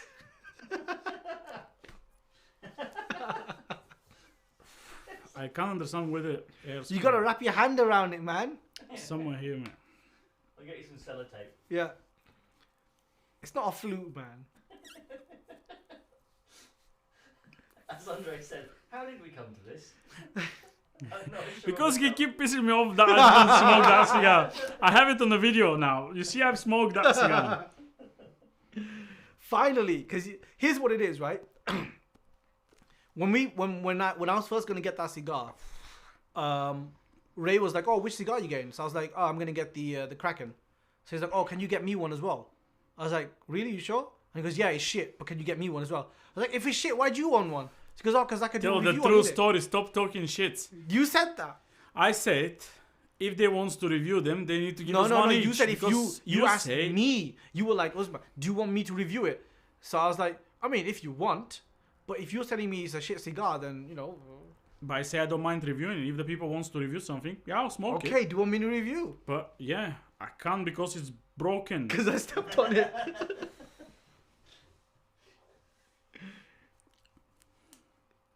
That's right, yeah. He's cutting off about an inch of the cigar. It's cool. It's still about 7.5. Yeah. We'll get back to Ray in a minute. Yeah, this might take a while. You know, he's He's nearly halfway through. he's basically turned into a lumberjack. And that's okay.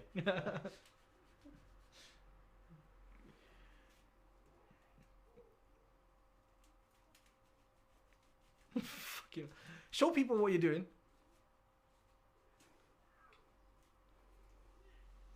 Show them the bit you cut off as well. Show them how much you cut off. Yeah, that's a nub right there. Nothing. Oh, Problem is somewhere there. all those bits in your mouth. Horrible. I'm sorry, why did Gurkha make 8x80? Who said 8x80 about Gurkha? I don't.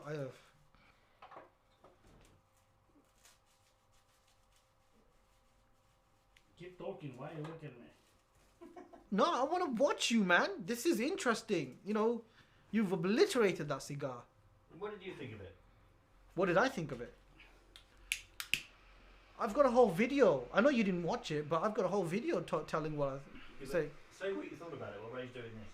Oh, why Way's doing this? Oh, I couldn't manage that cigar.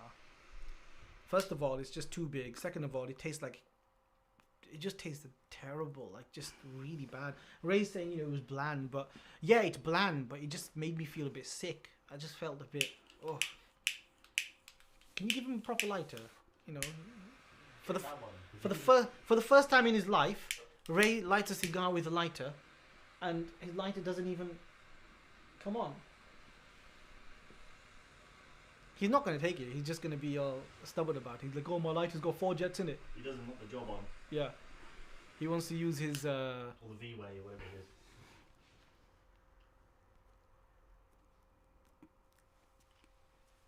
How are we looking? Can you get a draw?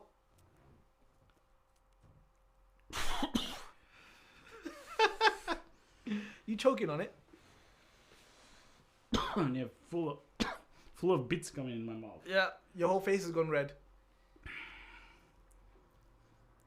Great, I didn't know you could blush.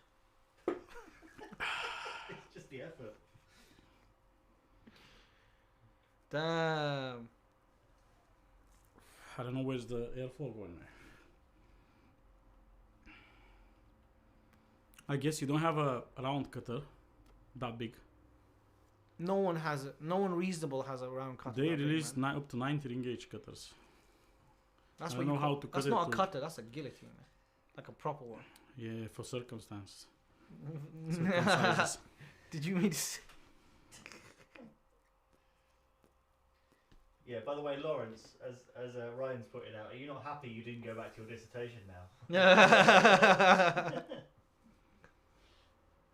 We're watching a grown man on live. Doing unspeakable things. Are you getting some? Oh, we're getting a draw now. He's overheating it. He's overheating it. And it's about to catch fire. It's the Ray Mears method. I feel like I keep in one of those shaman stuff, God, my whole room's gonna smell like that. Let's get back to Plasencia while Ray fiddles about with that.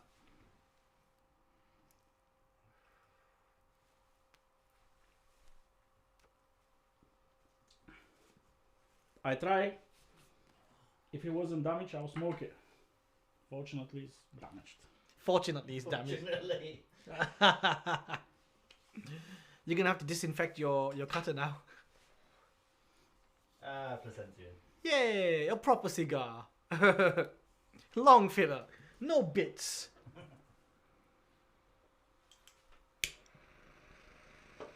So, where were we at with Plasencia? Oh, by the way, Do you have any questions? It's halfway. We've just taken some. Where have been? You've been sucking on that. That's what you've been doing. Can I have my lighter back, please? Dankeschön. Now the Plasencia tastes way better even. Yeah, of course it does. Because you just tasted a piece of crap and now you can like... It's a good idea when you have not best cigar to smoke, try something to refresh your palate with something awful. This is the professional advice that we're going to get from a cigar smoker with lots of experience. If you're smoking a cigar, which you're not getting too much flavor out of, smoke a Kraken. And then go back Try. to the... Try the smoke a Kraken. And then go back to your cigar. And it's going to taste a lot better. Experiments, guys. Relative, right? Relative. You taste something shit, you taste something good. Any of you with a fancy, sexy life, do you need a condom? It's a big one. Oh. Get a cut with that, man. Right. Let's take this out of the gutter. Yeah, we make the fun stuff. So, what do we want to see from Plasencia in the future? What I want to see? More Alma Fuertes drop the price. But that's not going to happen. Honestly, I think that Plasencia are on the right track. I want to see Alma Fuerte Lancero. That would be a good idea. I want to see how strong we'll be that. That would be a good idea. That's actually a really good idea. We have the Perfecto. I think they have the Lancero in the Fuego. Well, Yeah. They have the Lancero yeah, in the they Fuego. do. 6.5, 38. Something like that, yeah. So But it's not like a long Lancero, but it's like a... decent one, Yeah. so, 6.5, 38. So I want to see Fuerte Lancero one. I want to try the 6.5, 38. Because I haven't tried that one. So maybe that'll be good. But by the way, your cutter is now blunt. You're Don't gonna worry have to about sharpen my it again. I'll replace it if it's blunt. What is it? 20 quid or something from Le Fil Lam? Mm. Not bad. Not bad at all. Shipping costs will probably kill it though. But yeah, Lancero. Fuerte, that'd be quite good. What do you guys think? Lancero? 38 ring gauge, maybe about 7-inch long? 7, it has to be 7. A lot of company make 6, some make 7.5, 7.25. Yeah, I think 7 minimum. 38 ring gauge, over 6 inch. That's for me, it's alright. I think 7 would be good though. Ideally 7, because the other one is 7.58. So 7.38 would be good, or 7.5 38 would make more sense. I think if they make a 6.5 38, It depends what kind of molds they use. I don't know. True. They probably use the same mold as the 6.5 38 because it's easier, right? They've already got that produced, so they don't have to produce new molds or whatever. So yeah, it makes sense. That would be really good. That's a great idea. I would love to smoke a Lancero Fuerte. That would be one to smoke. In fact, Alex, you need to smoke a Fuerte, man. That's something we need to put on your list. So when we go to London tomorrow, let's actually no, smoke whatever the hell you want, man. They have the new non-Cuban selection down there? They got like 7 new worlds. Oh, by the way, tomorrow we're in London. We're meeting Davidoff, and then afterwards we're at number 6 Cavendish. So if you guys anyone in London want to come down around 5 o'clock to number 6 Cavendish, come over. We'll smoke cigars. We'll talk shit. We'll make fun of Ray for his attempt on the Kraken. We'll make fun of you for everything else. Yeah.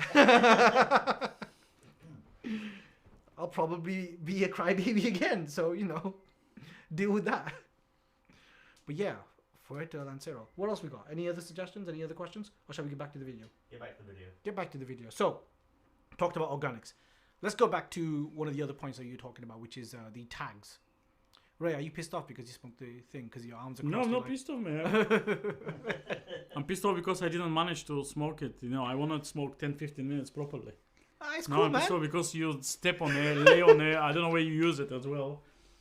Don't Listen, have the man. flow. It's full with cracks. Listen, man, it's just the right size. What do you want me to do? Okay.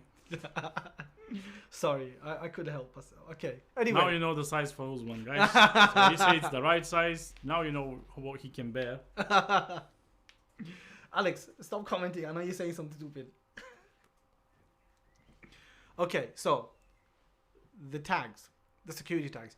I don't know if it's I don't know. I think it's a bit They're of a not gimmick. only security tags. They're just one of the purposes counterfeit cigars, but they have a lot of information on them. But surely QR codes are going to be a much more easier and effective way of doing that, right?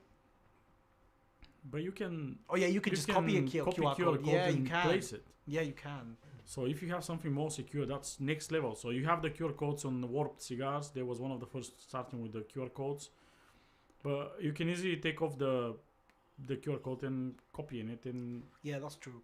That's a fair point. Because you could just put the QR code in there and then that's it. but that's probably another thing which will take his percentage on the cost, which not gonna be free. No, So- there's a cost so- involved for that extra added Yeah, security. there's a company which produce them in the States and put them into that cigars. I reckon that would be way more. It's an NFC chip in the band, apparently. Is it? So you could just put you could just get your Android phone, Yeah, tap it on the back and you got it. Yeah, Really? that kind of stuff. So Interesting. I reckon more and more company will go to that. How come iPhones can't do NFC properly? What is up with We're Apple? not talking about iPhone, mate. That's you can't just use a Apple for a logo, mate. It's silly. Anyway. Hey, he's using an Apple right now. I don't care. I'm not him. Fake Apple. NFC chips. I mean, that's not a bad idea. I guess the cost of that is going to be significantly lower than some other security methods, but it's still going to add to the price of If the you cigar. want, and if the people probably that will be more popular with the more high premium cigars, which Padrons, Fuente, that kind of stuff, which maybe they will require that kind of stuff. They're already pricey enough. Nobody will care if you add a couple of dollars on that on top. Do Opus X series? Do they have them? I don't think anyone else have that kind of chips. Is it just Plasencia? Just Plasencia. They just started that one literally Did a few weeks ago.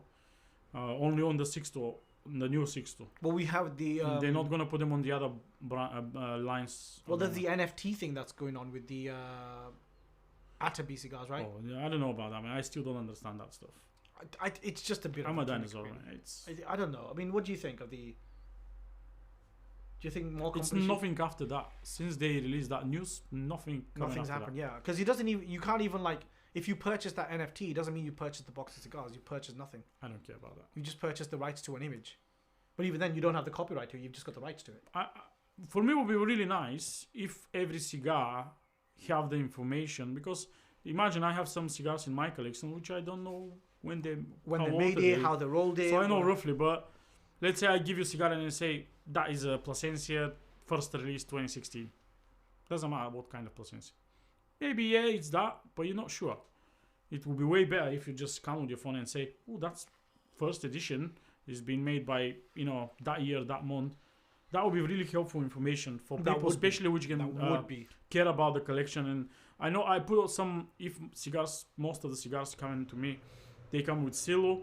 I just put on the silo fan with the marker, roughly age and stuff. And I want to be organized, but it will be way easier if you have them on the actual band band itself and just scan the band. Because a lot of companies, they have information or some information on the actual box, but then when you start selling singles, or if you buy singles, that information is lost because you don't know. Like for example, the Open Master that I gave you. The only reason why you were able to tell that it was an aged cigar was because the band was old. That's the only way you can tell. But if they're using the same band for like the next 15, 20 years, then for that period of 20 years, could be any. Not many cigars using the band for 15, 20 years. No, but I'm just saying, if you're using the same band. Even 5-6 years, there was rumors about some cigars first releases are better than some other releases. So imagine if you buy some. Oh, perfect example was the EP Carrillo. EP Carrillo, the Pledge, first releases of that one. A lot of people were saying that they were much better. Second release, people were saying, I think I smoked the second release because when I smoked the second release, I didn't know it was second release, right? I just bought them because it was in the store. Which store did I go to? The one in Wakefield. You've been there, right?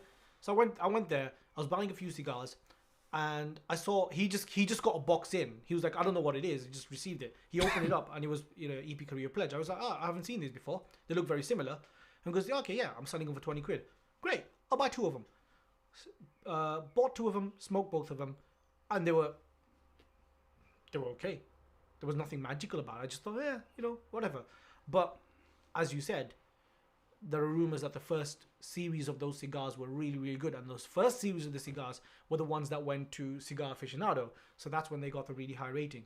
So here's the thing though, if you have like that kind of information in the band, you can start differentiating those kinds of cigars. Even from the first year, you can see which ones are coming where, and then collectors can start determining which cigars have more value. Even I would say, even if you don't want to invest money in that kind of technologies, they're not for every company. You can easily stamp the cigars to the back of the band. I know only one company do that. So, yeah, it will be way helpful if everyone just stamp it to the back and say month and year. Which company? Mombacho.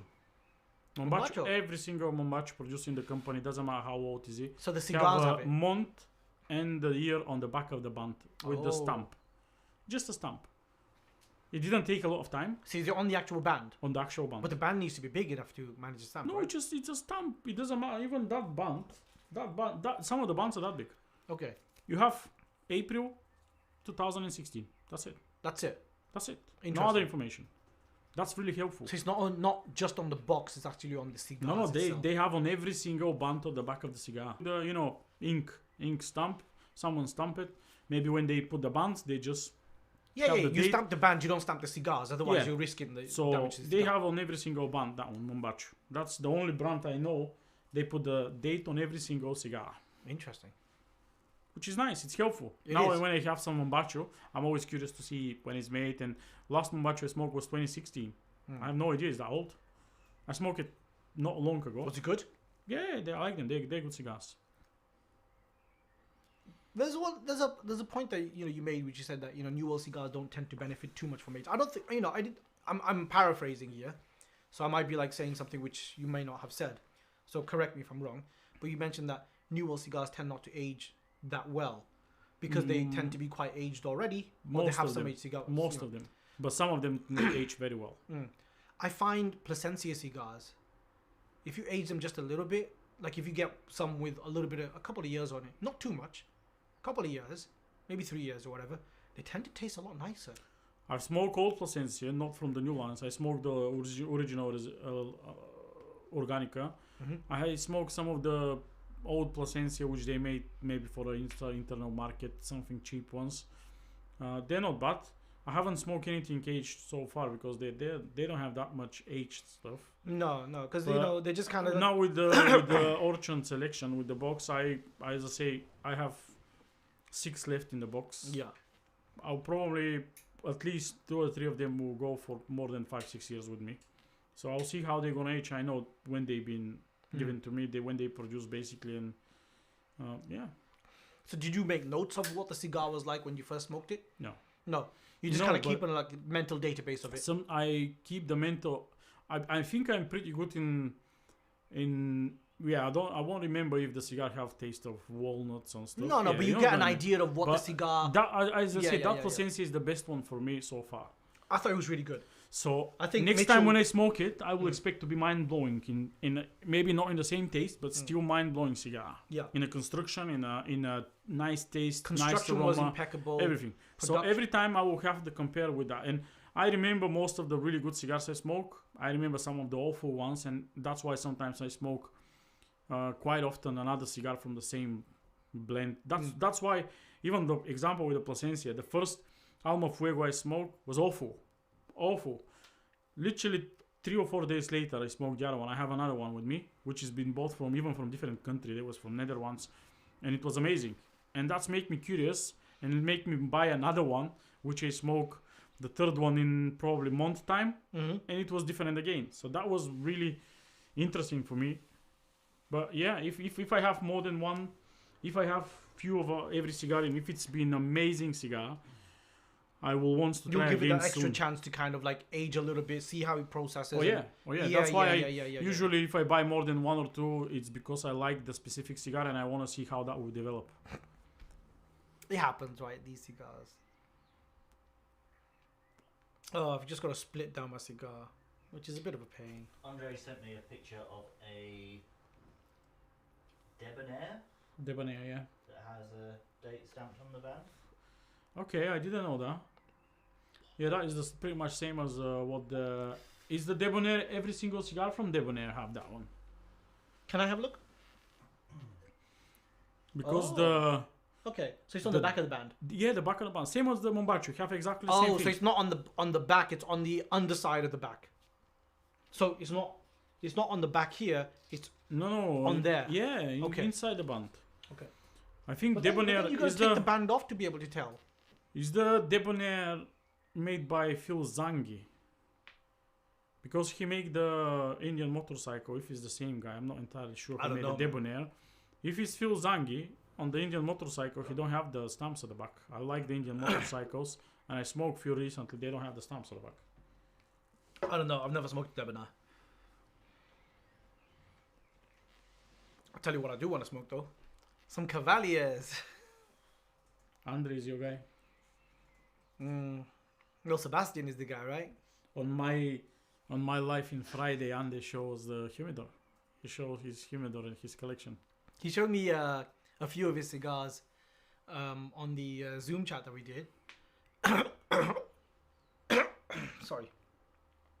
Damn. He showed me some of the cigars that he's got on his in his humidor and just laying around or whatever. He's got some badass cigars, man. Wait to see mine. He's got some mind-blowing cigars as well, man. I'll tell you one thing. I want to go through your collection properly. Like when you're not around. When we... I don't know what to pick, man. I'm pretty sure. You will look only the Cubans. They're not many.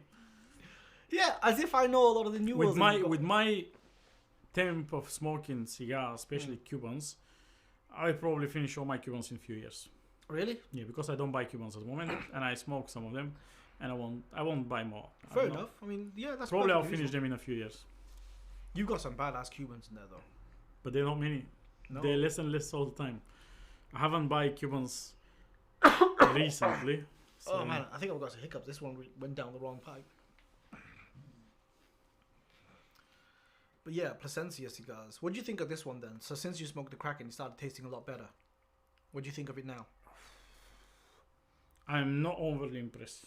Tell you that Okay, directly and honestly. that's fine. I need to purge it in a few times because it started getting bitter, Did it? and I didn't smoke quick. You know I smoke. Did you slowly. cut off only a little bit? No, there's no tar. Why I need to cut it? There's no tar on it. Oh, it's not tar. It's just No, just the bitterness. Okay. The first third, probably the first half was good. Since then, even before the Kraken, it started becoming bitter and bitter, and I don't know. There is no chance for me paying the retail price for that cigar, even No. if I get box. I don't think it's a cigar that I'm going to be buying anytime soon. Because Probably the same. I'm curious to try another one maybe in some point to see if it's moving, but it's fairly light cigar even at the moment. I don't know if you age it, where's it going that? It's not going to become stronger. I mean, I felt like a little bit of strength at the beginning, but I think that's just because I haven't smoked a cigar like all day or whatever. I only had that one. What did we have? That German. I smoke an Ezra Zion, a Nomad Space Invader earlier before we start the live. It was more tasty in the beginning, more peppery than that one, and I don't think that changed. We're having a dinner after that, and completely refreshed the palate, and I don't think that changed in the palate myself. And No, I don't think it would have. I mean, it's a great experience to try it, smoke it. Of Yeah. course, I want to try every single cigar. Of course. It's if I need to put them into the Plasencia lines, that will be really, really down there somewhere. For me, this is better than the Fuego. It is better than the Fuego, but it's not one that I would look at and think, oh yeah, I want to buy that again. Do you know what I mean? Like when I I see don't know if when I see a Fuerte in store, if I'm walking through a humidor and if I'm in the store and I'm walking and I see a Fuerte, I'm like, ooh, that looks good. I'm gonna get one. But this one, as I mentioned with the Fuego, the first one was awful, but the next one was amazing. So I don't know, I man. will be curious to try another one from those in some point in the future. I guess so, yeah. I mean, for me, I don't think this is bad. I think this is a decent cigar. In my view, yeah, I've enjoyed it. It's not like I haven't enjoyed it. I've enjoyed the smoke. The strength of it kind of completely, like at the beginning I was getting a little bit of strength and then it just kind of faded. And that's good because I don't like super strong cigars. And now, flavor-wise... Like anything apart of mild medium cigars. You don't like mild medium cigars? No, you don't like nothing apart of... No, I like strong. Fuerte's pretty strong. Padrones are pretty strong. I like them. Padrones are pretty strong. I mean, the 45 ones. I haven't smoked that.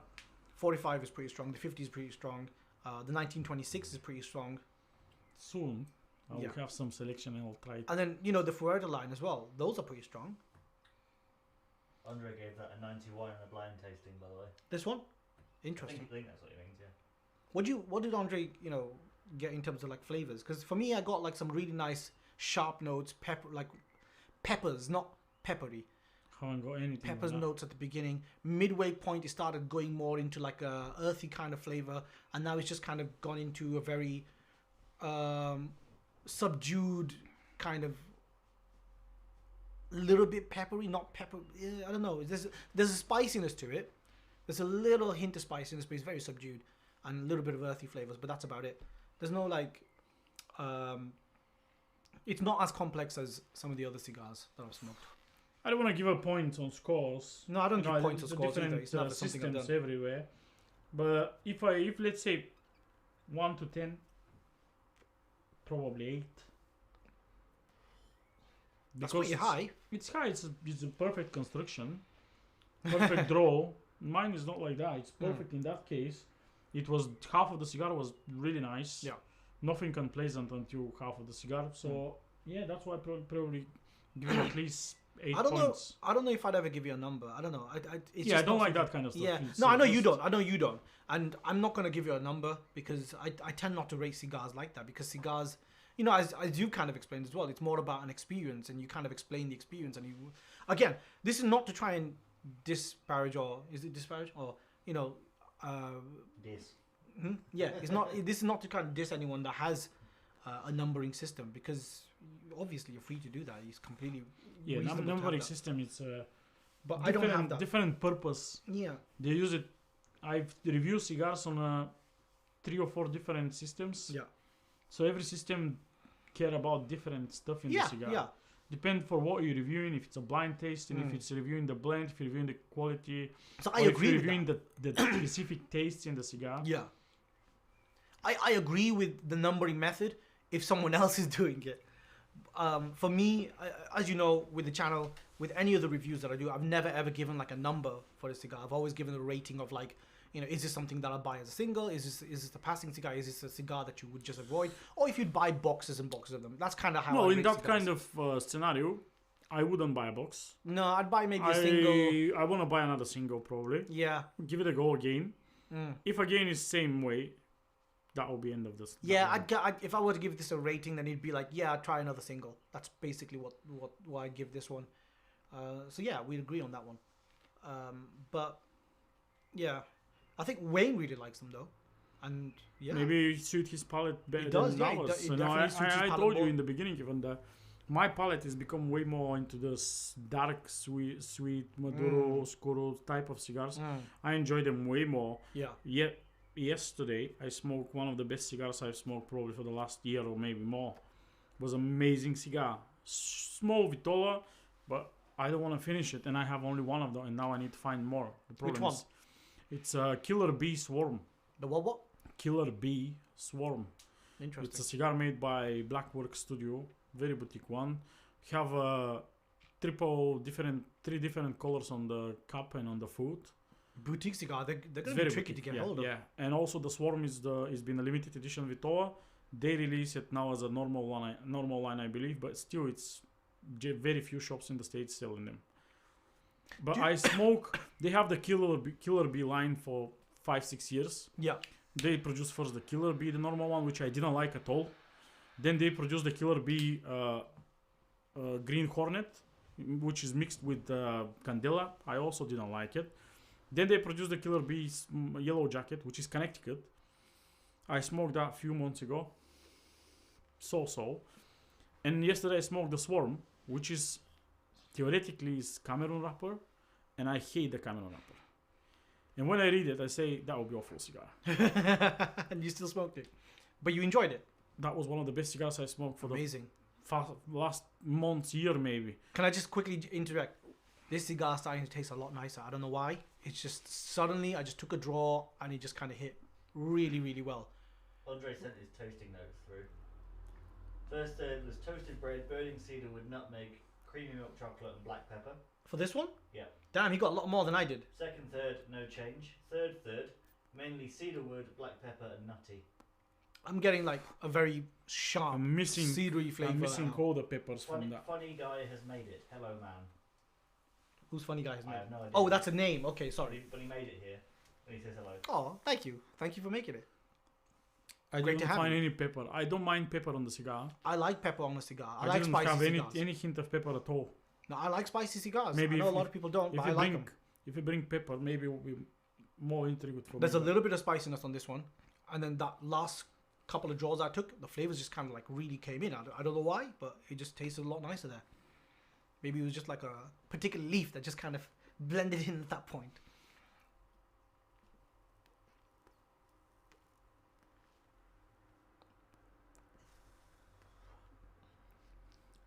Yeah, it's tasting quite nice at this stage.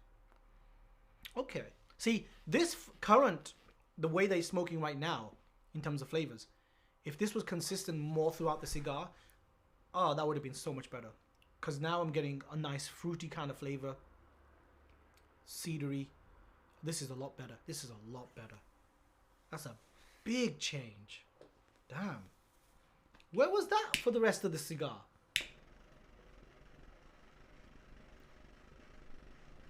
Ray, how come you liked it so shit? Your gas is shit. It was shit before you refilled it. Sorry man, I can't afford to taste your pond. I'm a skinned guy. I have a matchsticks usually. I'm sorry about that. That is what it is.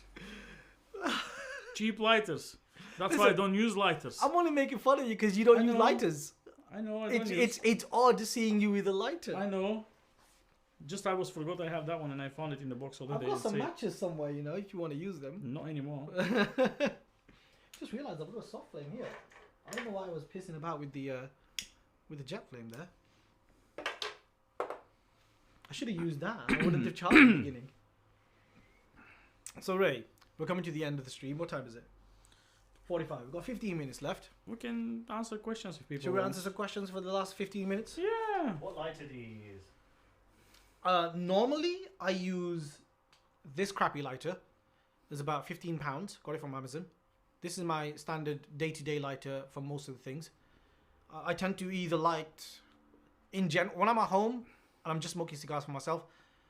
If I'm being lazy, I'll just light this. Or if I want to be a little bit, pretentious. It's part of the ritual, man. Yeah. No, but even listen, by myself finish, at home, let me finish. I'm using all kinds of matches and stuff. No. Let me finish. No. If I'm feeling myself a little bit, then I'll use a cedar stick. So I'll light it with this, and then I'll use a cedar stick to light the actual cigar. So that's what I tend to do. And when he go out, he bring the DuPont. No, I don't. I use the Zippos when I'm out. He keeps it at home in its box. For reviews, I use the DuPont because then I don't need to take it out anymore. As soon as I use it, I shove it back in the box. Show them this thing. Oh yeah.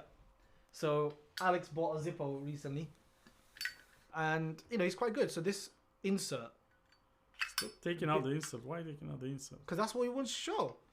So this is the Thunderbird insert, and I think this is pretty cool. Or one of the Thunderbird inserts. This is really cool. So you get a jet flame, and then you got a soft flame. And I think that's pretty cool. I like that. I really like that. So this is one of the inserts. I think like 20 something pounds or something on eBay. But I like that. I might get. I'm using some cheap Chinese 4 jet cutter today. But when I'm out and about, I'll use Zippo just to piss people off. No, I'm kidding. I use Zippo when I'm out and about because I like Zippos and I like using them. So I'll either use the standard Zippo insert or I'll use the jet flame Zippo insert. Yeah, that's what I normally do. Just take a Zippo or take 2 Zippos because Zippos don't have that much fuel. The jet flame anyway. Jet flame, you light one cigar and then it's dead. But Ray, you normally just use matches. Yeah. Yeah. I even have matches in my back over there. So. I don't get why you didn't use matches for this. Because sometimes I have the lighters and I say I need to use them. Why I have them? Don't have them. People give it to me. We'll leave it at home. Yeah, Your whole vibe is matches. That's the whole, you wear like a I really have nice... matches. I just decided to give a try to that lighter. I haven't used that lighter for And you maybe- hate it. No, it's not bad. You were bitching about it all day. No, it's alright. Well, I've been bitching about it all day. Yeah, but it's good. It's a good lighter. You can probably roast a pig on that, but it's a 4 jet crazy big lighter which eating the gas like I'm eating the banoffee pie. So yeah.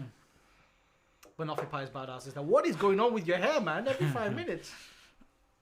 This is 4 jet as well. Is it 4? Yeah. That's why you don't know how to use it. You overburn your cigar. That's why I use cedar strips normally. Because I know I'm going to fuck it up. Anything else in the chat box? Well, funny guy and was saying he doesn't actually smoke, he just enjoys the content. Oh, thank you. And Well, thank you for Lawrence was watching. saying he watched before he started smoking, just to learn some things.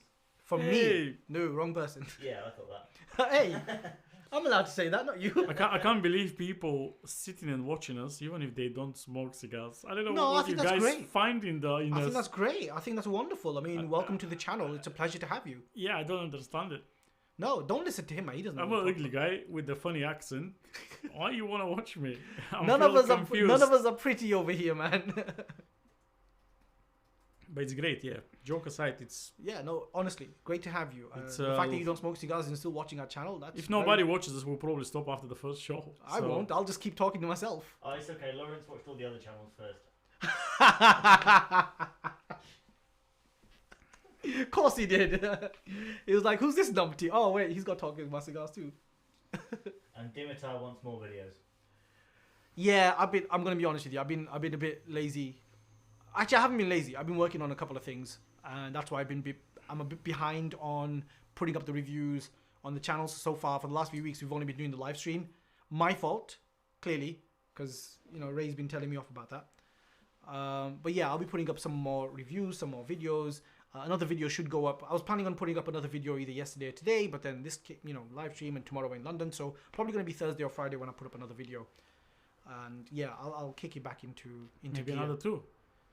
The Davidoff one and another of yours. Yeah. The Davidoff video is going to go up this week, and then Hopefully. I'm gonna. If you not forgot something. We're gonna blame Alex. Alex is a tech guy. I'm gonna blame both of you. Hey, I'm not a big guy, so I'm here to smoke Hey, man, cigars listen, and talking shit. Just pick up a tripod and act like you're doing something. That's no. what interns do, Ray. No, but I'm gonna try and put up 2 other videos this week. So the Davidoff video is gonna go up, and fingers crossed. And the Zippo insert review, that's gonna go up later on this week as well. And then I'm gonna do the Liffin Lamb review. I've got a couple of other cigar reviews that I've filmed, which I need to put up. And if you guys want to ask something specific, Davidoff family, Sahakian family, put the question in the chat. We might ask them. We have some stuff already prepared to talk about them and anything. But if it's some good question from you, and we didn't pick that question, we didn't ask them or something, we might take the question into consideration. And we can ask them. Definitely. If you throw questions at us, we're gonna pitch it to Edward and Eddie Sahakian. Yeah, absolutely. I mean, I'm gonna put up I say this and then I'm probably not do it. I'm gonna try and put up a post on Instagram just to so that you can kind of like send me a message with all the different questions, and then we can pitch these questions to them. It's not going to be a live show, so you won't be able to pitch us questions whilst we're filming. Unfortunately, it's just the way that we're kind of set up at the moment. But once we get back, maybe we can run some of the Instagram's accounts. Yeah, we could maybe do like a live on the Instagram, and people can watch it in the like Instagram. before we start filming. We could just do like a quick live Instagram live. Definitely on your account, because you've got a lot more people there. So yeah, we'll do that quickly. I just buy followers, man. It's simple. You just buy followers. Buy followers. You just buy followers that are genuinely interested in what you're talking about. Man, just buy followers, and it's easy. Well, spend I don't know how much, £50. How much it costs to buy followers? I have no idea. Oh, don't say like you don't know. So we do have some questions. Oh, go on. God. A couple from Andre. Where's it gone? Actually, I'll start with one from Lawrence. What's your least favourite Cuban brand? Least one? Least one? Guantanamera and JLP for me. Yeah, Guantanamera. Guantanamera and Jose El Piedra. I don't if mind we're Jose talking El for Piedra. premium ones, Fonseca, is it classed as is it still cheap ones or? It's still an inexpensive one. It's not really. Okay, so the proper ones. I think Diplomatico is my least favorite. Yeah, Diplomatico from the premiums, Guantanamera from the short fillers. I'm not a big fan of Diplomatico cigars. Partagas probably. You don't like Partagas? Least favorite. From all the Cubans, decent ones, premium ones. Yeah. Probably Punch and Partagas. Okay. That's my least favorite ones. Fair enough. No, I didn't smoke any. No, of course you've smoked them. I know just you if I go and pick, let's say if I'm in the shop and I need to pick Cuban those cigar, are two brands you're not going to be let's say you looking have a £20, £30, £40 budget, I will usually never go for Partagas or Punch. What's the juiciest piece of information you've learned about the cigar industry? Juiciest? Or the most succulent piece of information? As in, what's the most interesting thing you've learnt about? Oh man, a lot of stuff. I No, don't know. it's things that probably most people don't know. Most people don't know. Okay. Yeah. I have a couple of things. Why Davidoff left Cuba probably. I have a couple of things I've learned from like the Cuban marketing team, which I probably shouldn't say, which I'm not allowed to say, because they. I don't mind saying whatever I want. No, this was just like a private conversation. That's why. I don't care. This wasn't from a journalistic standpoint. It was literally a private conversation, so I shouldn't. Even on a private conversations, I don't know. The juiciest one, why Davidoff left Cuba, maybe.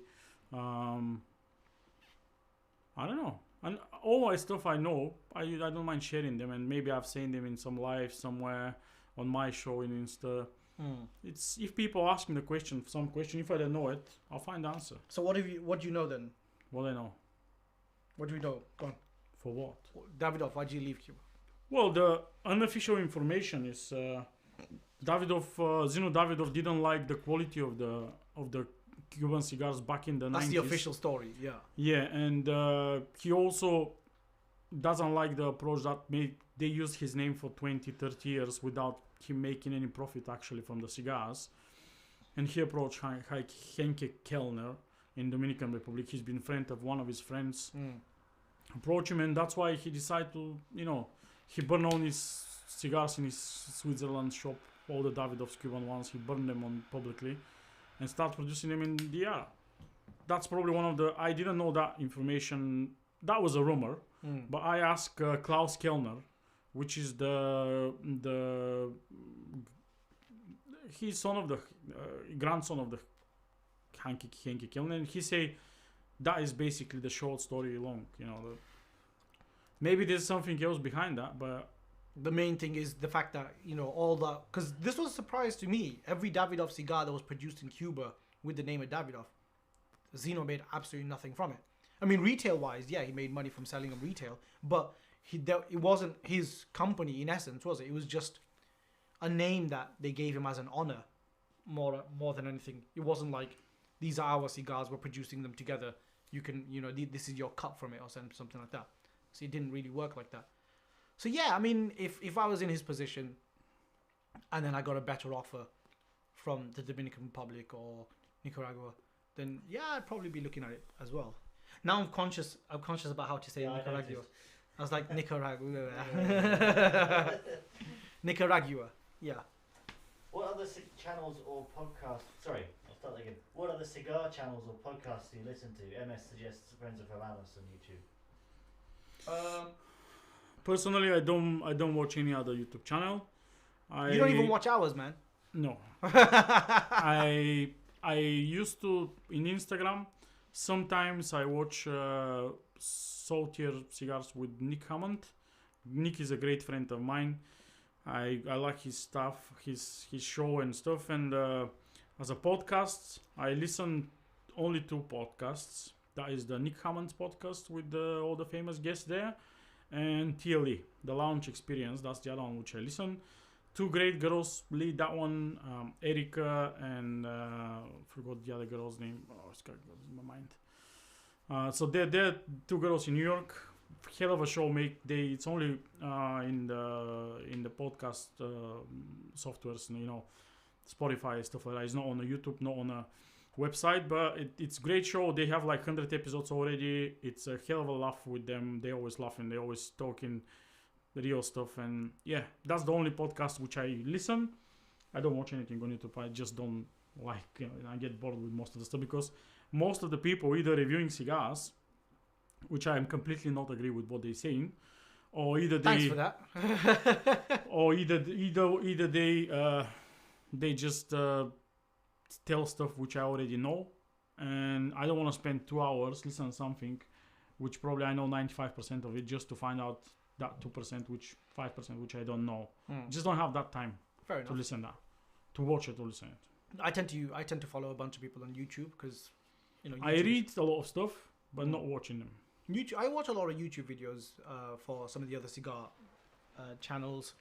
So I like Cigars Daily, Cigar Obsession, obviously. I think the big ones, those are the most obvious ones, like Cigar Obsession, Cigars Daily, Kirby Allison. He's pretty good with his interviews.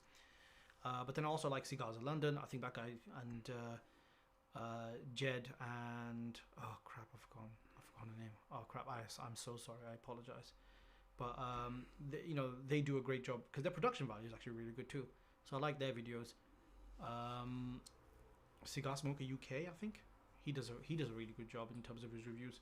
Basically, there's a bunch really. I think if I haven't mentioned you, I apologize, but if you guys I feel like I'm doing the thanking. If you guys like someone else, of course, watching it, and if you bring you a lot of information or whatever you're looking for, watching them, the more the better. That's what I'm saying. The more people doing that kind of stuff, the more the better. You can have a lot of choice to choose whatever you want to listen, whatever sounds interesting for you. Maybe it's not the most educational one, but some of them are just fun. Yeah. So in our shows, you can see probably we try to bring some educational part, but we're having a lot of laugh and fun. That's what it's fun for me. Well, you bring the education, and I bring the dumbassery.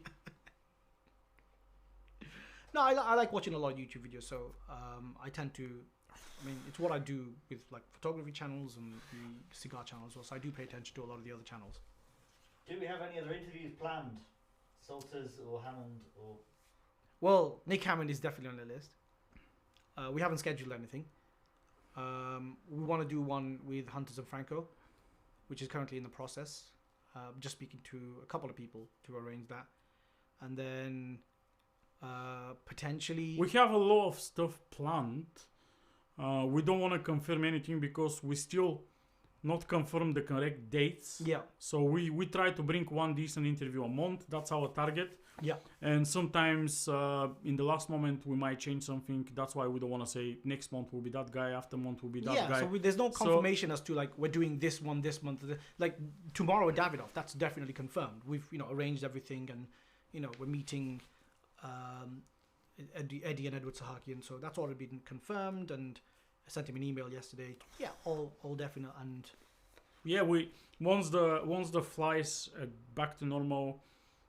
We hope in most of the famous people from the industry which come in UK by some reason we can manage to pick them for at least 30-40 minutes for a short quick interview and produce that, but we're not going to know about, let's say, a few weeks before they fly here and anything like that. Precisely. It will be something in the very last moment. We have an options which not going to be last moment, but yeah, let's not announce anything. You know, if we confirm anything, you will be the first people to know. Definitely. So we'll obviously confirm. So the only one that's been confirmed is Davidoff of London. Any others, we have like ideas and things that we want to do, but it's not anything which is confirmed just yet. Anything else, Alex? What do your friends think about you smoking cigars? Do any of them like to join you? All our friends smoke cigars. Yeah, if don't smoke cigar, it's not my friend. No, Yeah, I'm honest. If some of my friends, let's say the last 2, 3, 4 years probably, I quite increased the smoking. So literally every day where I'm going, if I'm going to see friends and stuff, if they don't smoke cigars, I'm just sitting outside and smoking all day, all night. I just don't have them that close. If they're not cigar related guys, if they don't smoke cigars, I don't know. I have friends or people that I work with and people that I hang out with which don't smoke cigars, and they're fine with it. They have no problems with it. Alex was when I was smoking about 2 years ago. Alex wasn't interested in smoking cigars then, and then I don't think I peer pressured. I didn't pressure you into anything, did I? No, I mean he's an adult. He knows what he's doing. Well, Alex is a great example. When I meet Alex for the first time, I think that was his first cigars back then. Yeah. So yeah. Yeah, my first one was at Termos, wasn't it? Yeah, Romeo and Juliet, one. Short Churchill. Decent smoke, decent cigar. And yeah, I think most of the people that we hang out with either smoke cigars or have something to do with that. Well, no, yeah, most of the people that we hang out with smoke cigars. The people that I work with, they probably don't. Not all of them anyway. Related question. What's with the, why are cigar smokers always giving each other cigars for free? It's kind of a community thing. It's if let's say I give a lot of cigars for friends, especially if I like some cigar and I have few of them, I always say try that one. I like that one. Let me know what you're thinking. Or even I exchange cigars with a lot of friends. Some of Andy is a great friend of mine. Some people maybe know it here. We literally, when I buy something, I text him. I say, look, I buy 5, 10 or box of those. Do you want some? He's more into the very boutique stuff, and he usually say, yeah, spare me a couple. So I give him 2 for him. I know next time when he buy a box, he'll let me know. Say, Ray, I buy that box. Do you want some? And if I haven't smoked them, I say, give me a couple. So that kind of exchange is quite decent between the smokers, especially if they have more into the boutique stuff, more rare to find stuff. And if someone managed to find some box from whatever decent box, and but when I meet people, usually I bring a lot of cigars with me and I give a lot of stuff to people around me. It's just the community, the friendship. It's one of the things I like about the cigar industry. It's quite a nice, like overall, there might be like some people who are kind of a bit outspoken, but in general, a lot of people are quite nice about things. Like there's a very positive vibe around cigar smoking. So because of that positivity, people like to share. People like to pass around certain cigars that they enjoy. Like Wayne, for example. Wayne loves these cigars or enjoyed these cigars, and Wayne was kind enough to send us a couple and said, look, I really like these cigars. Do you want to try them? So obviously that was such a wonderful thing of him. Speaking of Wayne, he was asking about the next Zoom session. Probably not this weekend. It might be a couple of weeks before we do that again. We think we discussed that earlier before today. We probably will be way more interesting for the people maybe if we do that once in a month.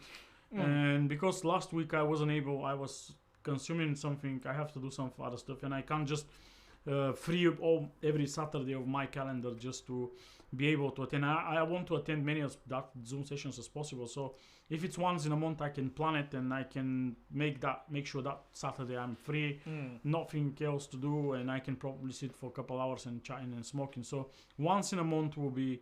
It's feasible because then we can actually manage that and do it properly. And but more feasible commitment. Yeah, if anyone wants to hang out and smoke, approach me. I'm smoking every day, and I can give you options. Follow Ray on Instagram, because Ray's doing a regular. It's not like a show or anything. Ray just kind of sits on Instagram and he smokes cigars, and he's got like a number of people that join him on a regular basis. So definitely follow Ray on Instagram because he. Ray does it quite often. So but even if someone wants to hang out and chat and don't have a company, text me. If I'm free, there's usually Messenger, Zooms, all kind of stuff. We can hang out for a half an hour, 1 hour, and have a chat. Do you answer messages on Instagram? Yeah. So follow Ray on Instagram. Instagrams, Facebook, everywhere you can find me. I'm always with the same name, Ray Prodonov. So you're not gonna find me on a different name. Just text me and hang out. I don't mind. Best way, follow Ray on Instagram, and Ray, if you message him, more than likely he's probably smoking anyway. Ray Prodonov, isn't it? Mm-hmm. Yeah. There's a link in the description, right? Yes. Yeah. There's a link in the description. Same. Facebook is the same. Instagram is the same. Yeah. Even in LinkedIn you can. I think Instagram is probably better because that's where you do where you actually sit and go on video and everything as well. Well, last quickfire question from Lawrence. Hey, Lawrence. Who's definitely been going stir crazy recently. Would you rather never be able to walk again or never be able to smoke cigars again? Never walk again. Listen, man, there are loads of technological things that you could do about walking, but if you can't smoke, you can't smoke. I don't know.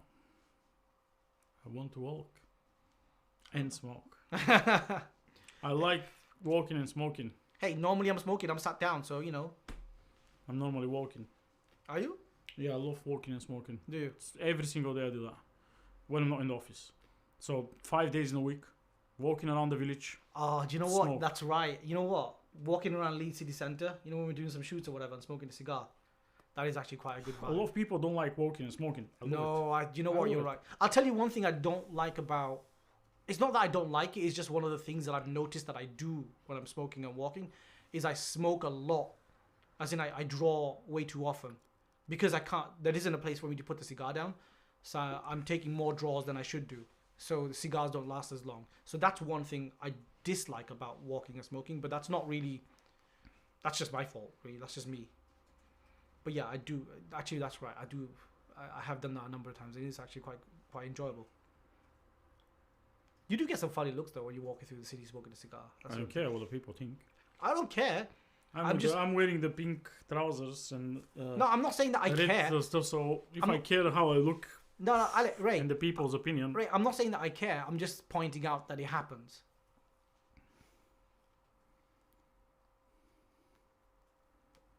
Alex. Yes. Benjo, questions, man? Someone was, that was basically it. Although BSG channel was complimenting our production values, asking what we use. Oh, thank you. We use a mishmash of different cameras and different stuff that none of it's consistent. Different lighting, and it's whatever I could get hold of. Whatever I own and whatever I could put together, we're like, yeah, this is what we've got. As far as I'm concerned, it looks good because we light it nicely. Yeah. Basically, it's lighting and sound. And I think we've managed to get the sound right, haven't we? Yeah, except for me. Yeah, we need to get a mic for Alex and a camera pointed at Alex so that you guys can see what he's doing. And some audio compression so I can make it louder. Yeah, we need to find a way to compress it. Yeah. Anyway. But yeah. We're at 2 hours 10 now. Okay, well, it's been a pleasure Wayne, once again, I don't know if you're watching. Is he still there? He pops up and down. Ah, he does. I think Okay, he well, is. well, Wayne, thank you so much for these cigars. I'm really enjoying it now. I don't know, it's just gone into a flavor profile that's just really enjoyable at this stage. So Wayne, thank you so much for these cigars. Really kind of you. Unfortunately, Alex didn't get a cigar, so sucks to be you. Sorry, we had 2 more questions I missed. Right. Which cigar to try? RAS? Ramon Leon's specially selected. Okay. Hoyo Epicure Especial or Trinidad Reyes? Reyes. From all those 3 Reyes, I'm not fan of the Ras. I don't know what the people are raving about that Ras all the time. Ras is For good. me, it's, Ras is good. But if we're comparing it if you to compare like to them 3, that's the least one Reyes, for yeah. me. So I prefer Reyes, Hoyo, and then the Ras. Yeah, I'm gonna go with that as well. Not to say that the Ras is bad. I really, really like the Ras. The Ras. They didn't ask you for the Ras. They ask which one to smoke from those 3. I'm just Stop, saying. doing delights. No, I'm just saying I like them, but Next one. yeah. That was it actually, the other one was responding to someone else. Okay, Cool. fair enough. Well, Right, guys. been a pleasure. Wayne, appreciate again. It's not my cigar first one. That's not my cigar so far. But I really, really appreciate the fact you send us and you want us to smoke them. It was great experience. I probably wouldn't go and looking for them specifically unless if it wasn't that gift from you. It's not your fault, of course, that I didn't like that cigar that much. Smoke your cigars. We're hoping we'll be here next week again. We still don't know what we're going to talk about. Smoke your cigars, don't keep them in the boxes. You know what's going to happen. Don't smoke Gurkhas. I'm kidding. And, no, smoke Gurkhas if you want to smoke You know what's going to Gurkhas. happen. Stop interrupting me. Yeah.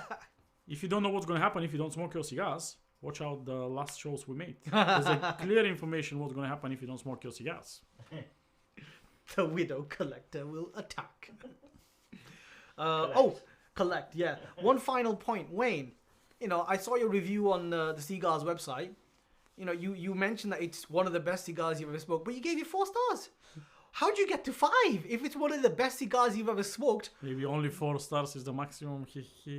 Holy shit. I wonder what a 5-star is in Wayne's book, man. Damn. I want to see that 5-star. Like, if you knocked off a star for that one. So 5 stars in Wayne's world would be excellent. That's so terrible. Anyway, thank you guys for watching once again. As Ray mentioned so eloquently, smoke your cigars, otherwise he'll come and get you. But yeah, thank you so much for watching. Hit the like button, subscribe, do all of that, whatever. And yeah, hopefully we'll see you guys in the next live stream, and I will try and pump out a few more videos this week. Apologies for the lack of other videos, but I am going to be back on track this week and going forward. But thank you for watching, and see you guys soon. Bye. Bye. Get off your